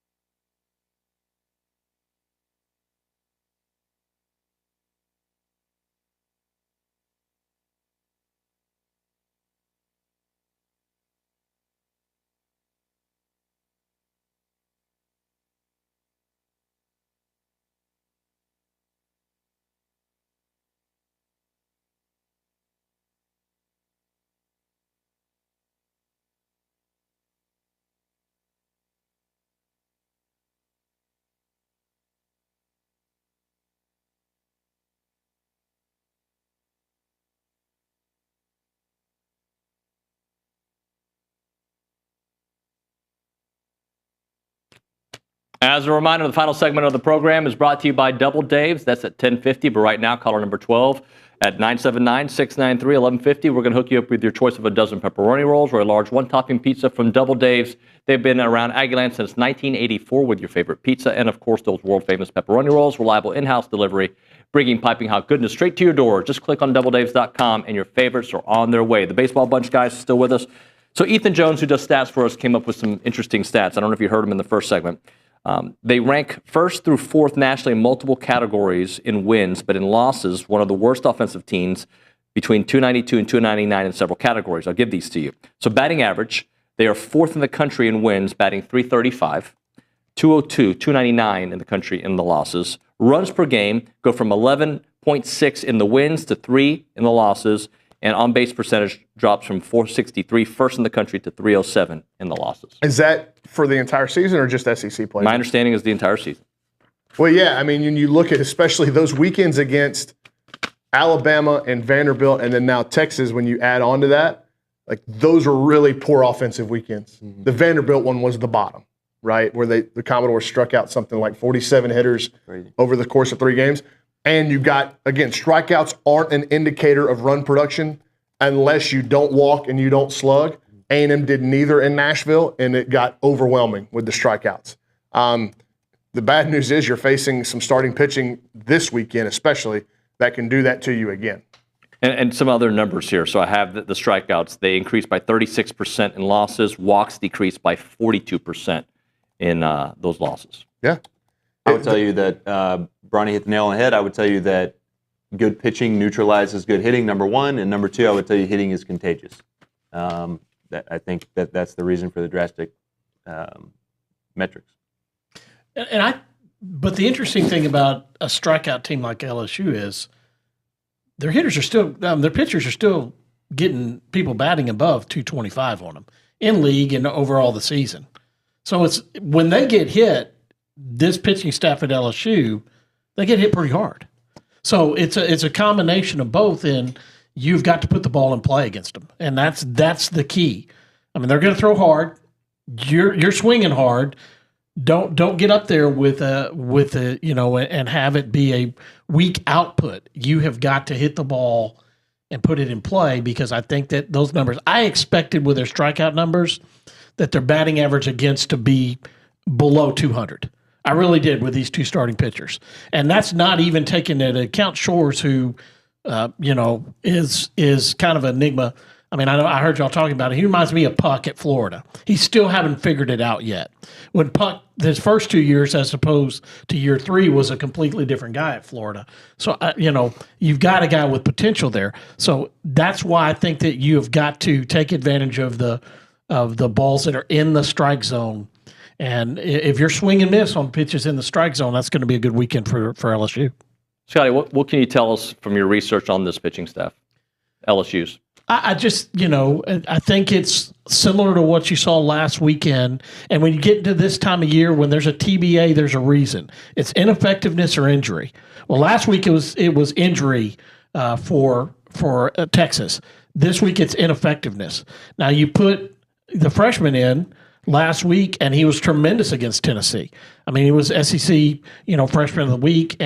But how does that jumble what they do as far as their starting pitching? And I think you saw that last weekend until Duplantier came in, and then he kind of ate up those innings in the middle of Game 3. But you look at this right now, it's not surprising that Ianson is with 91 strikeouts. I can understand why you're sitting there going, this is one of the best pitchers, maybe the best left-handed pitcher in college baseball.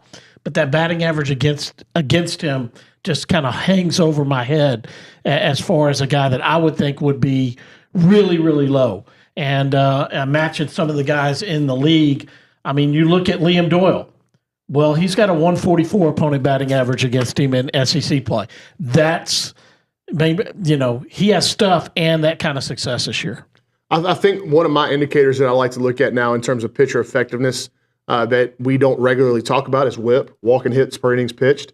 The strikeout numbers would indicate to me that even if they give up hits, Ianson and Kate Anderson. Doesn't matter. It doesn't matter because they're going to punch guys to get themselves out of jams. Exactly, and that's kind of what they rely upon. And you've got a guy, Nate Yeske, that can really call pitches to get them out of jams. So if you're asking me for one key statistic going into this weekend for Texas A&M is what do you do with runners in scoring position? And it doesn't have to be hits, right?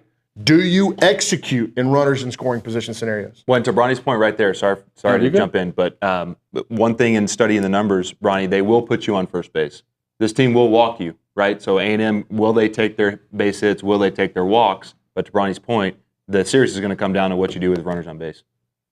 Bronny, have you watched Derek Curiel bat at all or play? Yeah. What Superstar. 380. Yeah, he's a total stud. He's the best freshman in the conference, probably the best freshman in America. Was kind of a can't-miss prospect out of California. And JB said this earlier. One of the things about LSU is it recruits itself. I don't care if you've got Richard Zane as their recruiting coordinator. He's going to be able to go out and get five-star players from coast to coast, and that's what their brand does. And so every year, they're going to walk in here with major league talent, and they found one in Curiel, no question. Now, if you're asking me about the rest of the roster, I would say Bear Jones got a chance to play in the big leagues at first baseman. Monster Milam is limited physically, but man, he can really hit in that small body. But, Michael Braswell's an old head that's played a lot of baseball. Not a great year. Dickinson, the kid that got out of Utah Valley, really, really highly rated player, like really good player. And he's got the numbers to back it up. But then you look in Stanfield and center field, it's been up and down, right? Transfer out of Auburn. Jake Brown's kind of taken over in right field, or it's kind of been a turnstile. So when you look at LSU, it is not the team that J.B. Moss played against in terms of, no doubt big leaguers at every spot. It is not the 2023 team that had no doubt big leaguers and Tommy White and Dylan Cruz and Paul Skeens. It's a different – now, they're good enough to beat you. They're good enough to sweep you, no question. But I think Curiel is their most talented player, and he's a freshman. Before we hit a break, major league performance from Ben Royo on Tuesday. Just, Scotty, you start us off on what you saw. I think it's been one of the unexpected, player this year, what he's given you defensively. Bronny and I, he turned a great double play, and the weekend before against Arkansas, he had been a little bit to right field on those feeds. You see that he did the work immediately to get those in the middle of the body of Kent coming across the bag. What he's done offensively. This is the guy that you thought that Rice thought they were gonna see after his freshman season all the time. And then the injuries and his sophomore year not turning out like he wanted, to bet on himself, come to A&M, and to make a run like this it's not Hensler and Grahovic on the infield. Not gonna say that. But what he's done is give you the best of what he could be, and he solidified your middle infield. And when you weren't picking up the ball and throwing it across the diamond, he made as big an impact as anybody, after the injuries and what your lineup is every day. Does Richard have anything he wants to say? Let's hear from Richard. He hasn't said anything all segment. Well, he's always looking at his computer, so I don't know when it comes in. See, that's why, Richard. Yeah, you just have to been working. pick your head it's up. Okay. Yeah. Ben Royo was fantastic on Tuesday. Loved it. Need to consider. The first home run he hit, the ball's in the batter's box with him. I don't know how he kept that ball fair. It is legitimately barely shows up on the TrackMan strike zone, which we got for the first time all season on Tuesday. It was glorious. Yeah. And then the second one is a down middle breaking ball that he hit 107 miles an hour out to center field. This is, Mike Early said it in his press conference this week, this isn't some feel-good story about a guy with no talent that's playing above his head. He's actually playing to his skill talent. Mm-hmm. He can run, he can really pick it, got a good arm, and there's some real sock in the bat. Yeah. This is a kid that's playing up to his talent level. I just didn't appreciate the jab that I couldn't be a good recruiting coordinator. I didn't say you couldn't. I actually said you could be a really good one. Yeah, but you kind of couched it as anybody. Have you seen our intern class, how good he's done? He's a recruiter. Well, actually, they're trying to get the job. They're okay. TexAgs sells. I find some diamonds every We're now like LSU. Yeah, there you go. Well played, some Scotty. diamonds every now and then. All right, we'll hit a break. We'll come back with a final segment with the baseball bunch before Liucci joins us. Right now, we're talking Bird Dog. It's more than just hunting. You know them as the premier Airbnb for the hunting community. They can certainly help you out with that. If you're going on a hunt with some friends, let them do all the logistics for you. All you have to do is enjoy the fellowship and the good times. They'll get you set up with a private chef, 5-star ranch, you name it. That's what they're known for, but they also optimize the tax value on your land. If you have land and you're trying to make more money on it, who isn't, right? Let them find those tax benefits for you. Some of their clients are making an extra $100 to $500 per acre of land. So remember, you can use Bird Dog for your hunts, but also to optimize your land value. The website is birddogit.com. That website again, birddogit.com. Check it out.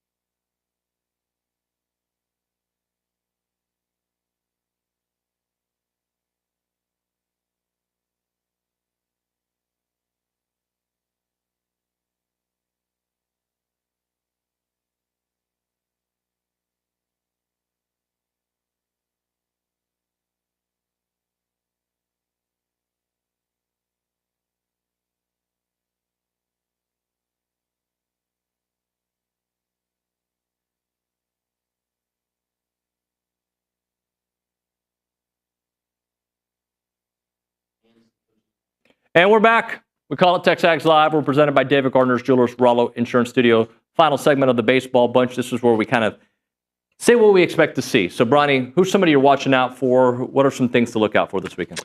Well, I think if A&M's going to have some success offensively, I think Bear Harrison's got to get back going. We saw him have a really good night, a really good day Sunday in Austin, but didn't have anything to show for it. Hit the ball really hard. Was just okay in that midweek against Lamar. His resurgence or his emergence, in the lineup from a slugging perspective was a game changer for A&M. So I'd look for Bear. I, much like JB said earlier with Jace, I don't think Bear's the kind of guy you're going to keep down for long. Richard, you go next, please. About About what you expect to see this weekend? You can't feel bad. I literally teed you up. I teed you up, and you're locked into your computer. Now you're back. He's recruiting. Now you're acting like JB. Yeah, I am being emotional like JB. Let him recruit. Go ahead. Just let me recruit. What was the question, please? I forgot. Who are you looking out for this weekend? Your mic isn't working. Your mic isn't working, so hold it there. Scotty, you go next. Let's see if we can fix your mic. I'm going with starting pitching against the hitting of LSU. That's the key right there. I mean, they're batting 380 for a reason. If you can hold them down, I think there's some hit, and like JB had about the walks. If you're giving A&M free bases because A&M's being patient at the plate, it leads to bad things for the opponent. Richard, now you go. All right, I didn't turn my mic on. That's my bad. It happens to me all the time. I'm sorry. Yeah, and I watched you do it earlier in the segment. That's on me. It's poor form. My player to watch, I think I gave it earlier this weekend. I think it's earlier in the segment. Earlier in the hour. Man, I'm all over the place. I think it's Luke Jackson. Yeah. It's going to have to be a right-hander out of the bullpen. I think Luke Jackson's been your most reliable right-hander outside of Weston Moss at times, right? He's been your most dominant. He's shown you the most. It's going to have to be that kid or Clayton Freshcorn because you're going to need a right-hander other than Moss to succeed this week. JB? I have to pick one player? Or a thing, a theme, something. Okay, so I'll go theme. I think that the series will be dictated based on A&M's offensive approach. I think my answer would have been different before I heard Bronny talking about the weather change and the wind change. I just think that A&M is going to have to take advantage of, like we talked about all hour, runners in scoring position. I think that they need to have a line drive approach, keep the ball, out of the air with 2 outs specifically and runners on base. So I think if A&M can string together some good quality at bats, especially runners in scoring position, they have a chance to win the series. I also anticipate the lineup going back to what we saw for the majority of this run. I don't mind early messing with it to try to get Jace going on Tuesday night. And really, you're the leadoff hitter. You only hit once. Right now, if you're going to make me pick anybody else other than Terrence Kill to put in the leadoff spot, it'd be Caden Sorrell. You want that guy getting as many at-bats as possible. Yep. But I do think that we're going to go back to TK, Jace, Wyatt, Sorrell. We got a minute left. So we know what the worst case scenario is, but take one of this series, you're still in good shape. Take 2, you've put yourself in excellent shape to make the best case scenario is you somehow sweep LSU. That gets you to 11. Can you sweep Mizzou? That gets you to 14. Then you're comfortably in as a 2 going into Athens, and who knows what happens there. Georgia's a very different animal in their home ballpark. They're tough to beat over there. Different reasons why. You ask some coaches in the league, I think they would tell you that there's some reasons why Georgia's tough to beat in their ballpark. But no, you win 1 this weekend, your season stays on track. You win 2, you feel really good about getting into the postseason. Any final thoughts, guys, in the last 30 seconds? Scotty, JB? I'm going to beat this drum till the selection committee makes their choices. We have no idea what the number is. Richard? We don't know how many teams or what the bottom number in wins is. Just a poor performance on my part today. I apologize. I'll pay better attention. It's not about you. It rattled in so much that's how he's I'm going rattled, out. man. You gotta ride those emotions. JB, thank you very, very much, buddy. Appreciate Thank you guys for having Thank you, guys. All right, we'll hit a break here. We'll come back with Billy Liucci at some point. It's TexAgs Live.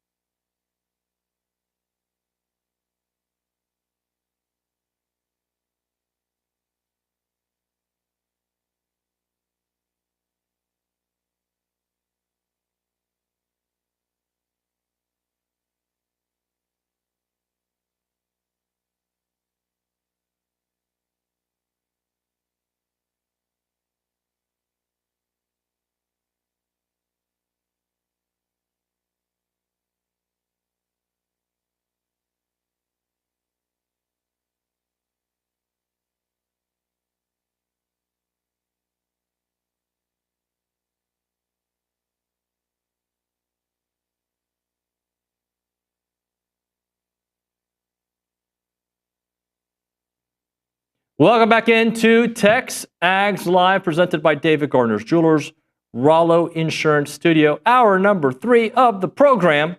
Billy Liucci will be with us here shortly. I want to remind everybody about the Troubadour Festival returning to Aggie Park on Saturday, May the 17th. It is the ultimate Texas barbecue and country music experience. Sample smoked meats from 30 of the best barbecue joints in Texas. You'll get to see a lineup featuring Shane Smith and the Saints, Randy Rogers and Wade Bowen on their Hold My Beer and Watch This tour, 49 Winchester, Josh Malloy, Hudson Westbrook, and much, much more. Tickets are now on sale at troubadourfestival.com.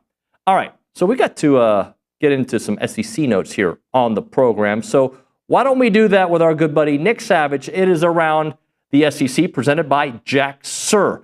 Jaxer, if you're looking to build your dream home or your lot, the Jaxer Group will help you navigate the entire project from start to finish, making sure your home perfectly suits your lifestyle, preferences, and budget. Turn your dream home into a reality. Visit them at jaxsir.com. It is jaxer.com. All right, Nick Savage, we've got lots going on in the SEC. You've got an A&M series against LSU. You've got the softball team taking care of business last night against Tennessee. We've got, tennis this weekend here in town, both men and women in the NCAA tournament. Golf getting started here soon. So a lot to go and talk about. Yeah, absolutely. Well, first things first, just a really quick note. If you're not paying attention to Texas A&M basketball's Twitter, another fun little edit just dropped. So might want to keep an eye on that. Who knows what that could be. But yeah, we'll be watching that for sure. But we'll talk about some baseball real quick. The only game played last night, as we've learned earlier on in this program, was the Arkansas Razorbacks and the Texas Longhorns. Arkansas smoked Texas 9-0 in the game, in game 1 of that series. Tonight, a bunch of different series getting started. Top 15 matchup between the Vols and Auburn. That one's in Knoxville. Alabama going to Vanderbilt. Number 18 Alabama versus number 15 Vanderbilt. LSU obviously coming here to Olsen Field at Bluebell Park. Kentucky versus Mississippi State. Unranked series there. Florida and South Carolina, a couple of bottom dwellers in the SEC there. And then Georgia going to Missouri to, I'm sure, sweep them. Another top 25 matchup, Ole Miss going to Norman to play the number 21 Sooners. And then game 2 of the Texas and Arkansas series later on today. Who'd you say Kentucky has? Kentucky has Mississippi State. Okay, so, and Oklahoma? I'm sorry, there's a reason I'm asking you these questions. Yeah, Oklahoma is hosting number 23 Ole Miss. Okay. The reason I asked that, there's 3 teams that are ahead of A&M if we're talking about where they rank in the standings, and they're all very close, right? You've got 11-10 Auburn, but right under that, you've got 11-10 Oklahoma, 10-11 Kentucky. So A&M theoretically has an opportunity. Look, I know who they're playing. I know how difficult it's going to be. But at 8-13, they're probably, the way the baseball bunch guys discussed it, was they're probably the last team of that group that could make the tournament, of the last 5 in the SEC standings, right? So you have an opportunity this weekend to potentially move up, depending on what those programs do this weekend. So there is a logjam. If you look at it from Alabama on, Alabama's 12-9, right? Georgia's 12-9, and we know how good Georgia is. Ole Miss 12-9, Vandy 12-9, Auburn 11-10, Oklahoma 11-10, and Kentucky 10-11. So what I'm saying is your place in the SEC over these next 3 series, and we've got the Missouri game, and Missouri still has not, Missouri series, I should say, they're still winless in conference play at 0-21. Don't be their first win. Do not. But, and they've lost 8 in a row, by the way. Get in there and take care of business, and you could find yourself a little bit closer to the middle of the pack of the SEC and how that kind of change. I know what matters is getting into the tournament and hopefully being a higher seed, but looking at it from a standings point of view, A&M still has an opportunity to move up and kind of shake up those numbers. The loss of Texas, obviously that 3-game series, pushed you down a notch. Win 2 out of 3, you get yourself back in contention. Nick, anything else from there? Absolutely. Yeah, just some quick softball notes. A couple games going on last night. Number 12, South Carolina hosted Alabama. Alabama run-ruled South Carolina in that one. A&M obviously defeated Tennessee 1-0 in a pitcher's duel. Emily Kennedy with the 7-inning, 10-strikeout gem. Florida fell to number 1 Oklahoma on their home turf. Arkansas beat number 10 LSU. That's number 6 Arkansas that took that one. Texas beat Kentucky. Mississippi State took down Ole Miss in the, is it still technically the Egg Bowl if they're playing softball? I don't know. We'll call it that. And then Missouri took down Georgia. And then a few more series getting started tonight as well. All right, good stuff. We're going to try to get Billy on the phone as we try to figure out what he's doing. We go to the Angry Elephant News and Social Center, Maria Griglione. I'm back. A lot of people in the comments were worried about me, but I'm okay. Hey, you know that I read Hugh's name on this show, right? You know who Hugh is, right? Last name, Jazz? Oh. Yeah, I read his name on the show. Yeah, and he wasn't the only one. Really? And you know who I did? I saw some of your clips. Oh, you've seen some? I have a lot of clips. When you talk for 15 hours a week, there's going to be a lot of clips, a lot of mistakes. You know who I did? Did you see the Hugh one that I did? Did you watch that one? No, I saw. It was something with barbecue. Yes. Yeah. I saw that one. That was an epic moment. But the Hugh moment on the show, just so you know, the former A&M baseball coach was sitting right here when I read it. Oh. You know how embarrassing that was? I believe Zane was in studio with me. I believe it was Zane and the former coach. So that was, and it was like, hey, we got a guy listening in Australia, Hugh. And unfortunately, you know what you've just done? What I've just done and you've just done? They're coming right back. They're going to come and try to get you. So just be aware when you read names. Just slow it down. Use initials. Do anything but say some of the names unless you know it to be a name. What do you have for us? We have a text from Captain Black. Hey, Captain Black. He says, for the first time ever, I am just as excited for basketball season to arrive as football season, maybe even more. Interesting. I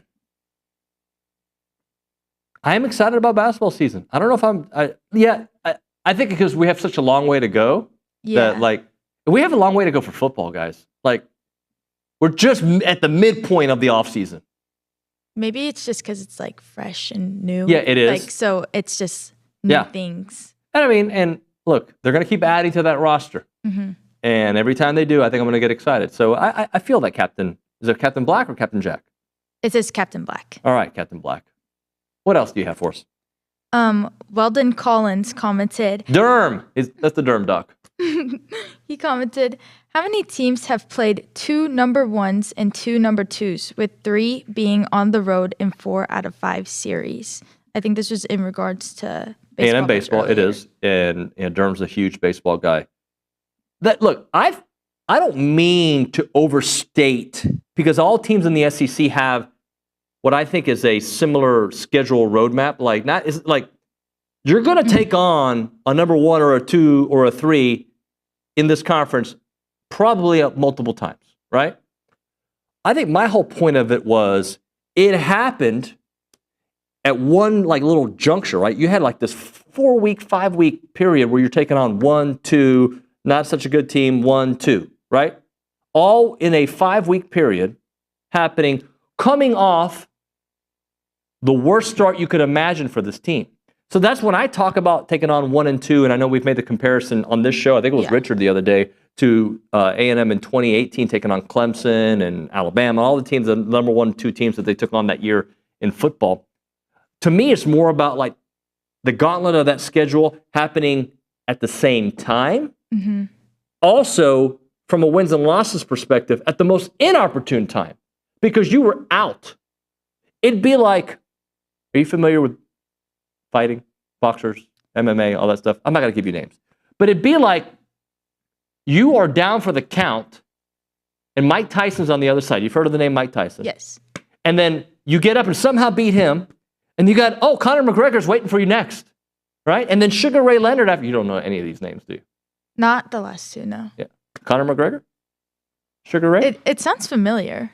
So it's that's my point, is you were down on the count, and you had to, it's not like you would fight them over a 5-year period it's number 1, a laptop? Wow. Is this a bit, or is this, there's a bit about to happen, right? Hi, Billy. Good afternoon, morning.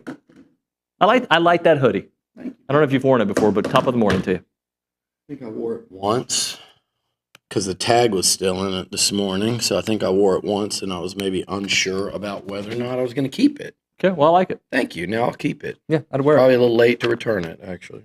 It's not tight enough for me, but I'd wear it. So in the 4 years that I've done this show, it'll be 4 years on July the 6th.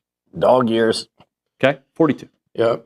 I've never seen you bring a laptop to the studio. Yes, you have. No. Not often, but yeah. No. We can. I will give those interns, Zach Reese. He's got to do a lot of projects for me. I will give him this project. He will look at every show you've ever done. I don't have time for your games this morning, David. Okay, sorry, let's get into it. We've got rain situations and baseball and LSU. Seth didn't even know who we were playing when I offered him a ticket for Sunday. Oh, who are we playing? I said, you're out. Goodbye. And I hung up. Like, come on, Seth. So, shall we talk baseball? Yes. Do you want me to bring up a topic and we just start talking? Sure. Yeah, okay. That's typically how we do it. Yeah, that's typically the host-analyst relationship. So, what I was ranting about a moment ago was the schedule that A&M has played in baseball. And it's not that other teams have not taken on 1, 2 in their schedule. That's not what I mean. I meant it more of the timing of it. When you were down on the mat, you had to, you got a TKO, it felt like, against Tennessee, right? Number 1 in the team of the country. Then you have them, and you win that series. Then you have Arkansas. Then you have Texas. Now you have LSU with South Carolina in the middle. My point was taking on 1, 2, 1, 2. At the time that you took them on, to me, is the most interesting part of how they are still here standing with an opportunity to make the tournament, considering where they were when the 1, 2, 1, 2 happened. I want to rewind and listen to all that again. That whole question. Yeah, it's not a question. That was an all-time... Up, down, left, right, left, right, BA, select. I felt like I was on a video game. Up, down, left, right. Do you remember the game? No. Contra. That could be any game. That could have been Tetris. That was side to side. No, up, down, left, right, BA, select. Look. They're behind where we thought they would be. They're behind where they ever thought they would be in terms of the race to get to the postseason, much less position yourself for hosting privileges. What happened, happened. And yes, to answer your statement, a lesser team, a lesser group of kids, a lesser coaching staff would have folded. It's just factual. I mean, you rarely see, but here's the thing. They can still get knocked out. They could get knocked out this weekend, but I think this is a team of survivors, and they've shown that, and they're fighters, and they will get off the mat and fight you, and usually when that happens, it works out well. Problem is you got LSU and Georgia still up, and you have to be perfect against, you don't have to play perfect, but you have to be perfect. In other words, 3-0 against Missouri, so their work is cut out for them. You want to use your boxing analogy, even if they don't get knocked out, they're way behind on the scorecard, so they probably need a knockout in order to win. And there's only about, there's 3 rounds left in the 12-round fight, okay? Real technically, there's 3 rounds left in the 10-round fight, which is the SEC weekend schedule. The way they played last weekend in Austin, it was not good enough to win a game there, and you got swept by your rival. But they played good enough baseball that they're still playing high-level, top-5 baseball. And if that carries over into this weekend and to Athens, I like their chances to get into that tournament. And the reality is it's probably going 1-2 or 2-1, 1-2, 3-3 in those 6 games probably gets you in. It doesn't assure anything, though. So sweeping Missouri and going 4-2 in those games, I'm sorry. 1-1 would probably get you in. It might take going, 500 to win 3 there, win 3, and be sitting at 14 wins. That certainly gets you in. 1-1 in a sweep of Missouri probably gets you in.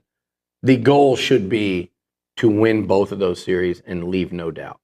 The goal should be to win both of those series, win a couple games in the SEC tournament, and see what people think about your resume.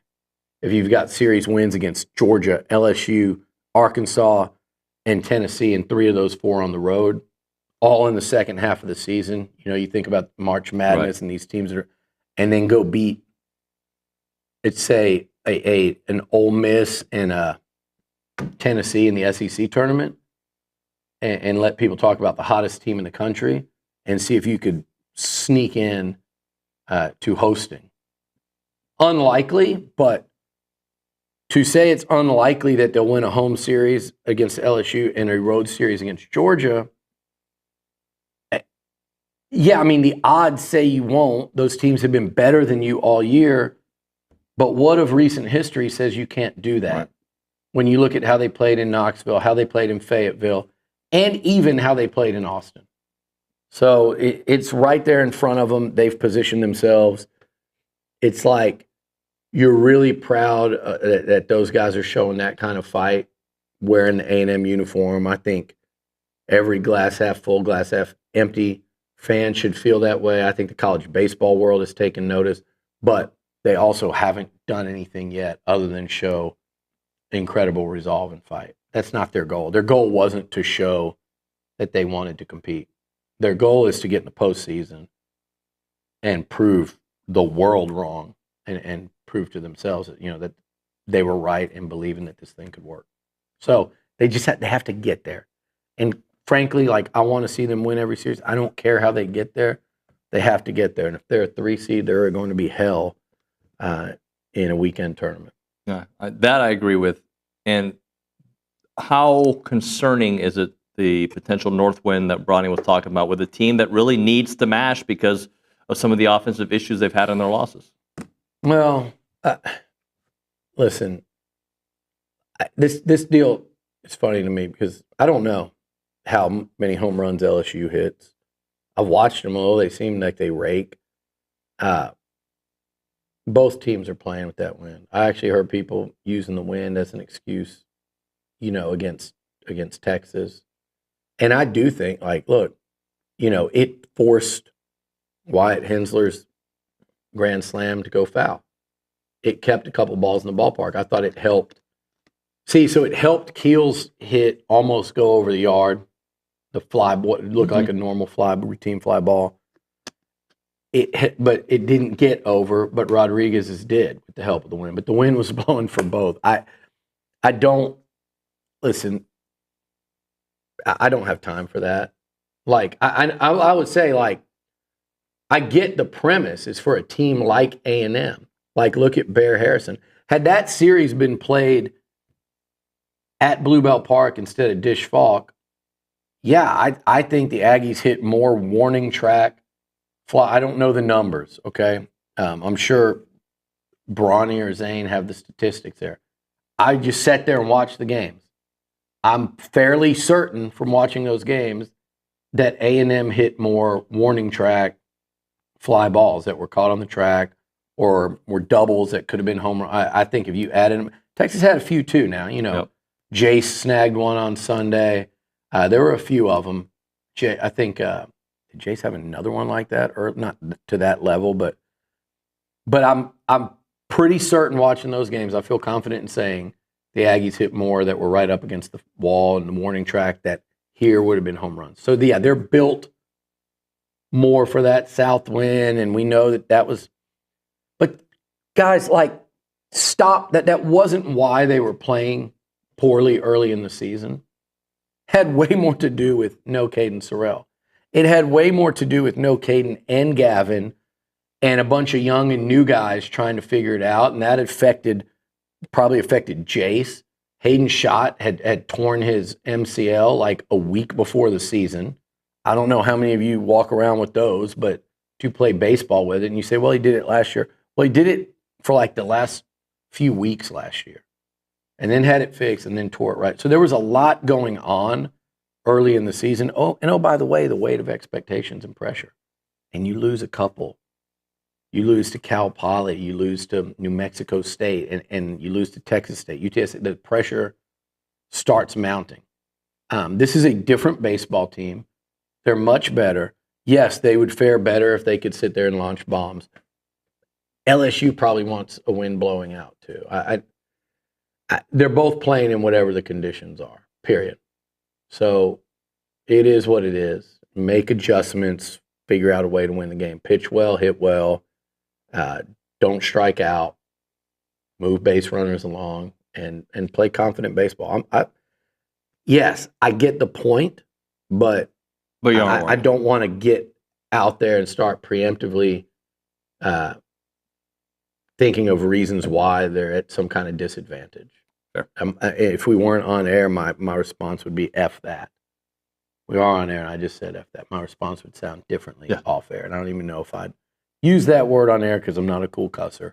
On air, I'm a very cool cusser off air, and that would be, I would say F that. You're damn right. Find that.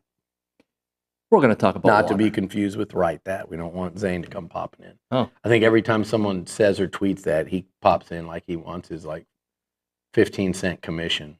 Like a sitcom character walks in when they say certain things? Yeah, exactly. That's actually exactly what I had in mind when I was saying it. Let's keep water local, shall we, guys? If you think about this water, I hope you do. It's the lifeblood of everything we love about our homes, our neighborhoods, our community, our parks, the very quality of life. And right now we're facing droughts, rising temperatures, and something concerning is happening. Out-of-state interests and neighboring communities are working to take the most precious resource away, and that is water. That's why I'm asking you to consider supporting Keep Water Local, coalition of your neighbors, your local business leaders, and community voices with one purpose: protecting our water and our future. If you raise kids in this area, it's not just about the water that comes in our taps. It's about preserving that Aggie spirit, sustaining our farms that have operated for generations, and ensuring that businesses can thrive for decades to come. The truth is, giving away our water is giving away our future. Visit Keep Water Local and click Get Involved today. Together, we can ensure that our water stays where it belongs, right here in our community, for supporting our way of life for generations to come.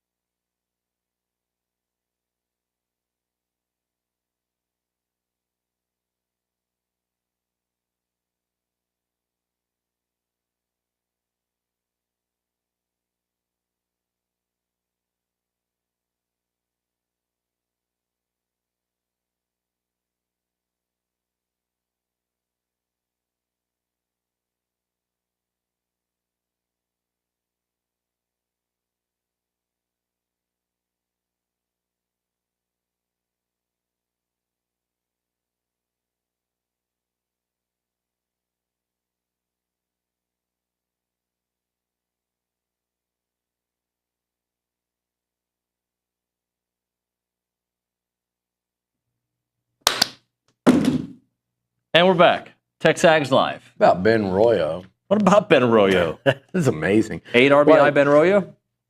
8 RBI and raking in Austin Ben Arroyo. Mm-hmm. It wasn't just 8 RBI game. It's like, dude he was their best hitter throughout the weekend in Austin. Sorrell's one game might push him. That was his good.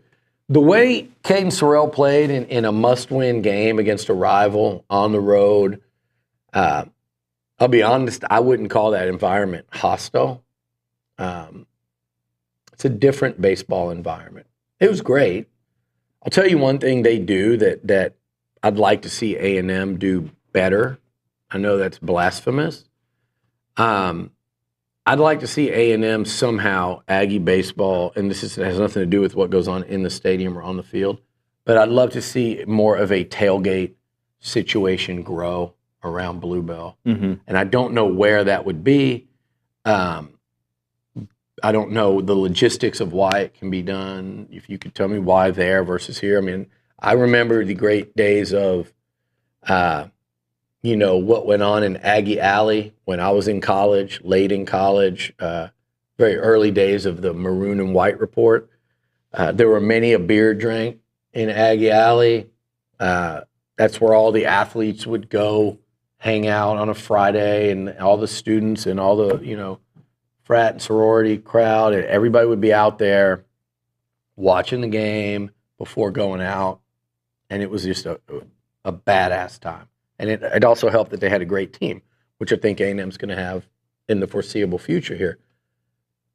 The tailgate situation there was, you sitting there, you looking at everybody, you're going, man, they're having a great time before, during, and after the game. And just, the stadium was also sold out. It wasn't like there was a sacrifice going on there, But the atmosphere inside is not nearly as intimidating as any of the higher-end SEC places that I've, A, been to, which isn't that many in baseball, but B, heard about, C, seen on TV. It's just not, and certainly it doesn't compare to what you get across the street at Bluebell. But for Caden Sorrell to go in there and hit that first inning double to score 2, to hit the game-tying home run late, and make, by the way, not 1 but 2 incredible catches. The running one to his left out there, he covered so much ground to get over there and make that catch, but because of his Superman grab and because of Jace's catch and by Keel, that was still ridiculously, it was a real display of athleticism and speed. And man, Caden Sorrell, I know we talk about Jace, and for good reason, being some would say number 1. I saw him at number 7 today. A top 5 potential pick, certainly top 10. Tell me why Caden Sorrell doesn't look like a future MLB All-Star with everything he brings to the table. But anyway, that said, Ben Arroyo was the most effective guy at the plate over the course of the weekend for A&M. It carried over. Man, if you get some hot bats at the right time, I'd love to see Gavin Cash or Schott get into that mix as well. Yeah. So be interesting to see this weekend who heats up, how Jace does. He had a very emotional weekend last weekend, but this one as well with, for the longest time there, he thought he was going to LSU. Another thing, I'm sure they pointed it out. How about facing, it's not an advantage, right? You can talk about the wind all you want, but I'm more concerned with, because both teams have to play the wind. But this is 2 weekends in a row now that the opposing pitching coach is intimately familiar with a lot of your lineup. Now, Nate Yeske less than Max Weiner because Max was here just last season. Right. But Yeske as well. There's some guys in you're also facing 2 really outstanding pitching coaches back-to-back weekends and a team full of arms. So, but here's the thing. That ain't no different than what you saw in Fayetteville the week before. And Texas learned that lesson last night. It'll be interesting to see the Horns, how they bounce back. They got a road test, a real one. I know Kentucky doesn't stink, and I know they beat A&M, and we're not talking about A&M. We're just talking about top tier in the SEC. You're talking about the teams that are at the top right now. At the top half, and A&M's been at Vandy. They've been at Texas. They've been at Arkansas. They've been at Tennessee. That's 4 of those. They've played on the road with a 5th coming in Georgia. Texas has been at nowhere. Nowhere in the top of the SEC. And this weekend they started off and it was 9-0 last night. I think Texas will compete and they still could win the series. I think Arkansas will pull it out now having to win 1 of 2. But that's what happens on the road in the SEC. Sometimes. I mean, that's the pitfalls. Those are the dangers. And when you don't face that, and that's what I said, it takes nothing away from how good a team they've been and what they've been able to do at home. Right. It's like them, LSU, and Arkansas have the best home records in the country. Takes nothing away from that. And I think they're a real threat to Omaha. But I also think their record wouldn't be sitting at 19-3 had they had to go face some of these road tests. And I do think it's wild that in year 1, the most daunting road challenges for a team in out of 5 road trips is Arkansas, and then it falls all the way off to Kentucky and OU, who again aren't bad teams. Oklahoma's probably a 2 seed, but you could have gone to LSU, to Tennessee, to Georgia. Arkansas they did go to. You could have gone to come here to Bluebell. And I'm not saying that, I'm not demanding they should have. Look, A&M got the first football game. Okay. But you missed the toughest rivalries, teams, environments out there this year, except for 1. So that's what I was saying a couple weeks ago. And we'll see over the next couple of days if that plays out and proves true or not. All right, we'll hit a break. I got some football stuff to ask you on the other side. Hey, by the way, yeah. With that said, Texas A&M is at home this weekend against LSU. So come support. Home against number 2. You know, it's a tall order, but you need to handle business. Now, I know you guys have talked about it, but I'm assuming that's going to be a doubleheader tomorrow. Right. And I don't know, has that been announced yet? I think it's pretty safe to assume, barring like a total bust in the forecast, you're probably looking at 2 on Saturday, 1 on Sunday. All right, we'll hit a break here. We'll come back with more. Local Values, headquarters right here on Highway 6 is Rollo Insurance Group. They share community values here, and they are an independent agency that is here for you, not the shareholders. Their team provides an objective consultation across all insurance lines in Texas and beyond. Join thousands of Aggies who have joined Rollo Insurance by going to the website rolloinsurance.com/TexAgs. When local matters hits home, like severe weather or regional economic shifts, Rollo agents understand the impact firsthand because they live here too. Their independence means they can recommend solutions from dozens of carriers based on what they do best for you, not just what's profitable for them. That's why so many local families and businesses have gone to Rollo Insurance to make sure that they take care of them for all of their insurance needs. I highly, highly recommend it. The phone number is 888-44-ROLLO, 888-44-ROLLO. Go to rolloinsurance.com/TexAgs, rolloinsurance.com/TexAgs.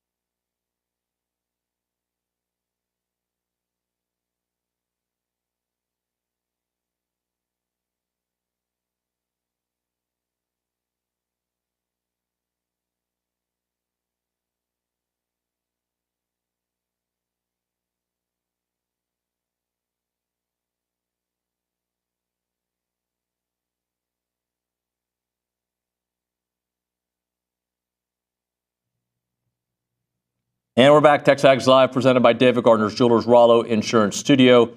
Hour number 3 of the show. Billy, I wanted to extrapolate, if that's the word I want to use here, some of the things you said on Ask Liucci. Just go a little bit deeper.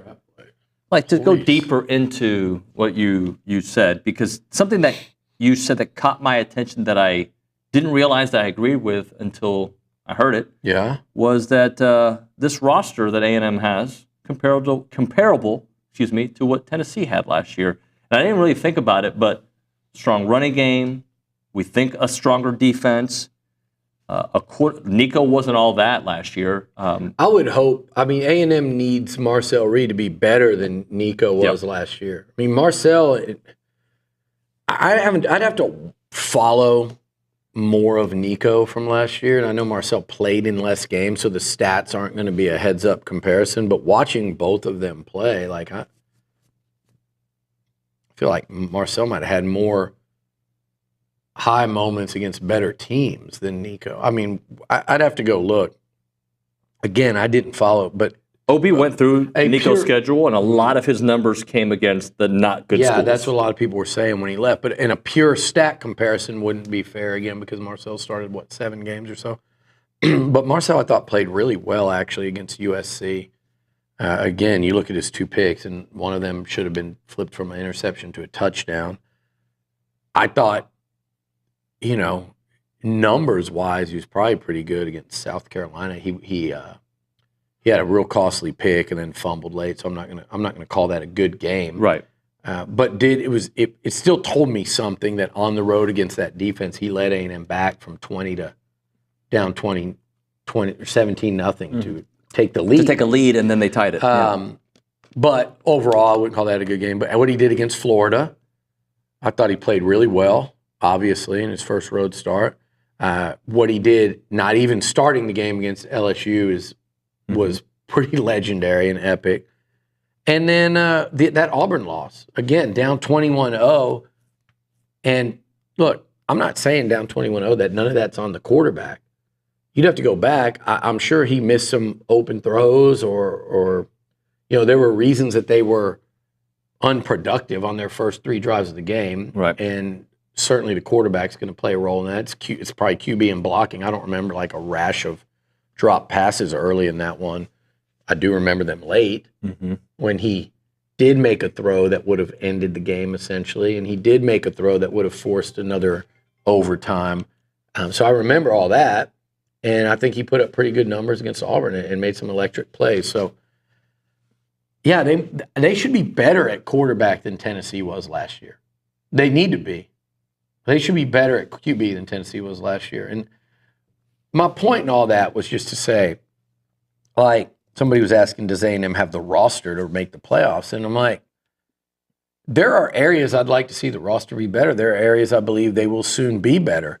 But this year, to say, well, you don't have the roster to do it, the teams you have to beat, Florida, Auburn, South Carolina, that are coming in here, I don't think roster-wise now, you might could have said it last year when you had 3 draft picks and only 3 players invited to the combine.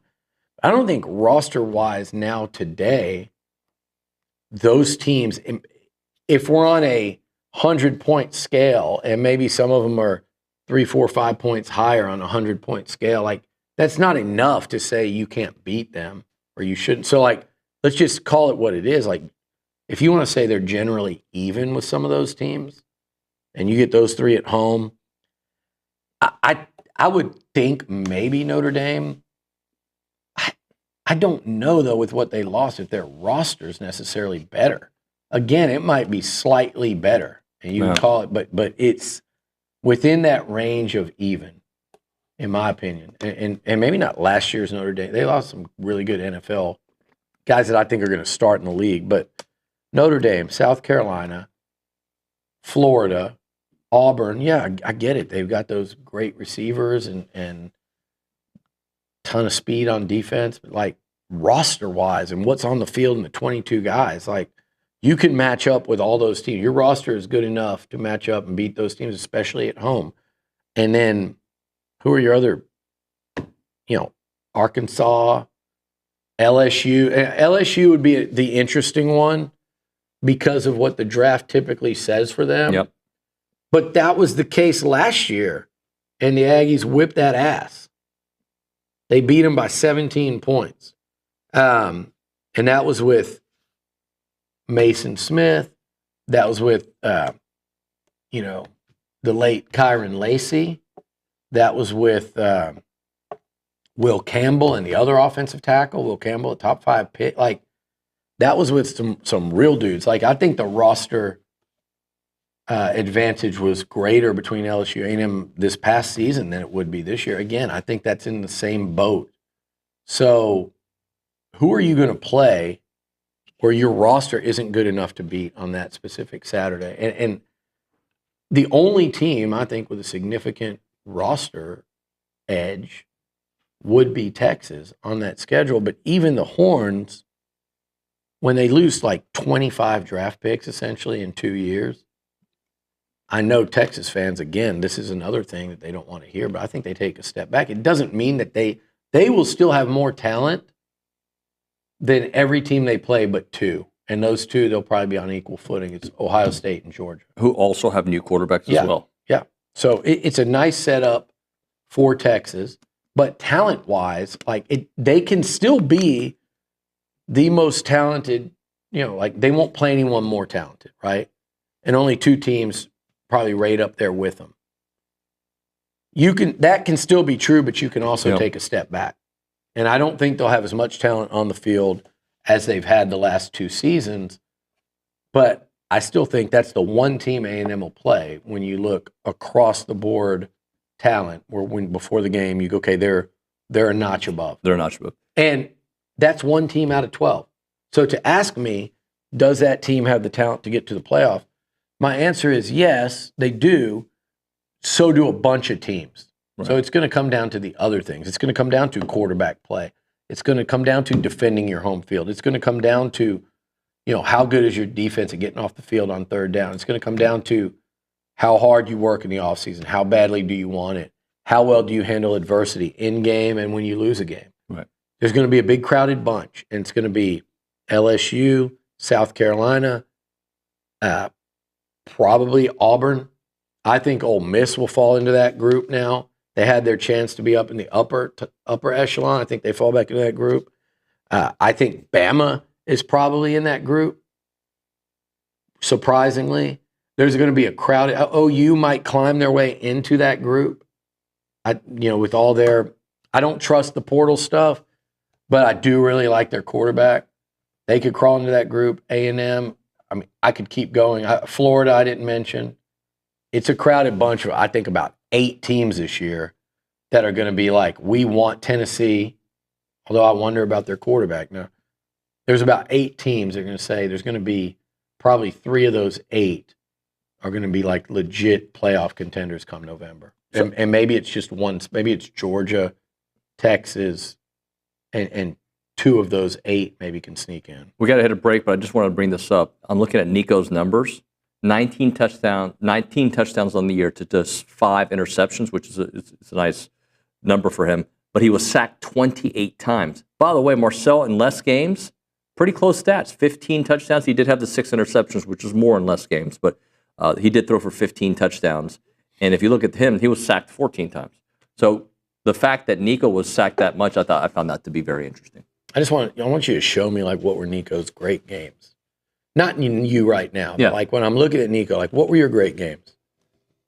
Okay. I want to see who they came against and what they were. We'll look at that on the other side. Right now, Milliken Reserve Farm-to-Table community in College Station. They got homes, they got trails, they got farms, they got wide open spaces, and they have a mission to build a healthy community around nature. They've done so by dedicating their time on that awesome land that you can find Milliken Reserve on. 2,600 acres of open space, farms, and trails. They have an extensive network of trails throughout a wooded landscape that includes walking and equestrian paths, creeks and ponds and gathering areas. They have all the animals you can imagine, so when you go there, don't be surprised. You're going to see the white-tailed deer, the songbirds, the rabbits, the turtles. And the homeowners at Milliken Reserve share a legacy of conservation, which means generation after generation, you're coming back to that pristine countryside place. Milliken Reserve provides a natural setting for people to connect with each other. You can go hiking there, biking, canoeing, kayaking, fishing, you name it. You got it all there at a beautiful community. The website is millikenreserve.com. That's millikenreserve.com.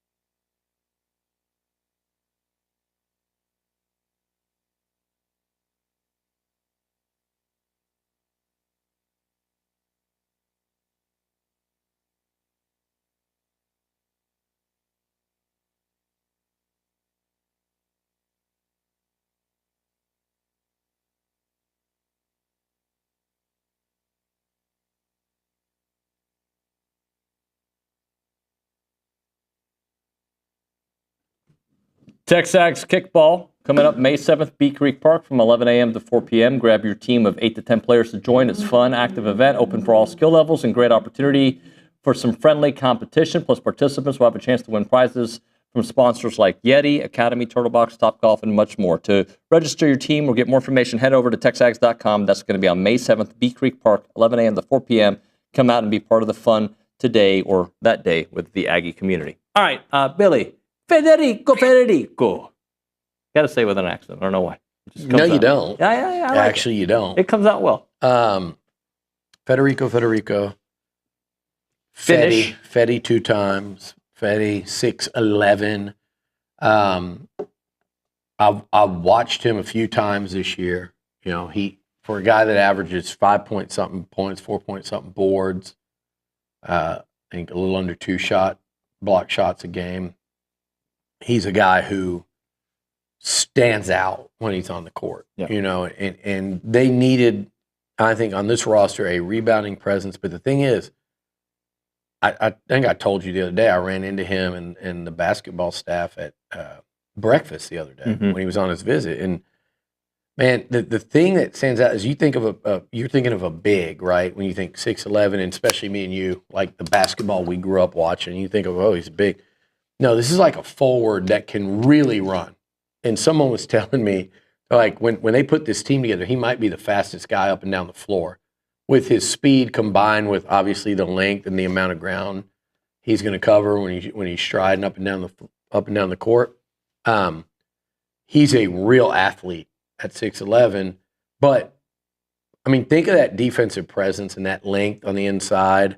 Again, the rebounding, the shot blocking. I don't know if A&M's had Solo could get up and block shots, and but I don't think the Aggies have had a true shot blocking presence, which I think Fetty can be since Nebo. Buzz's first year. It's been several years since they've had I think just a consistent shot blocking presence. Pharrell Payne brought some of that, but I think Pharrell brought enough of it for me to qualify him. So they had that this year. They had been missing it the 5 years prior. But I think he's got more in his offensive bag than people think. I guess we're going to go overtime. I knew it. Well, on you, dude. Why is it on me? Overtime brought to you by the Rogue Shop. Not yet. In a minute. Thanks, guys.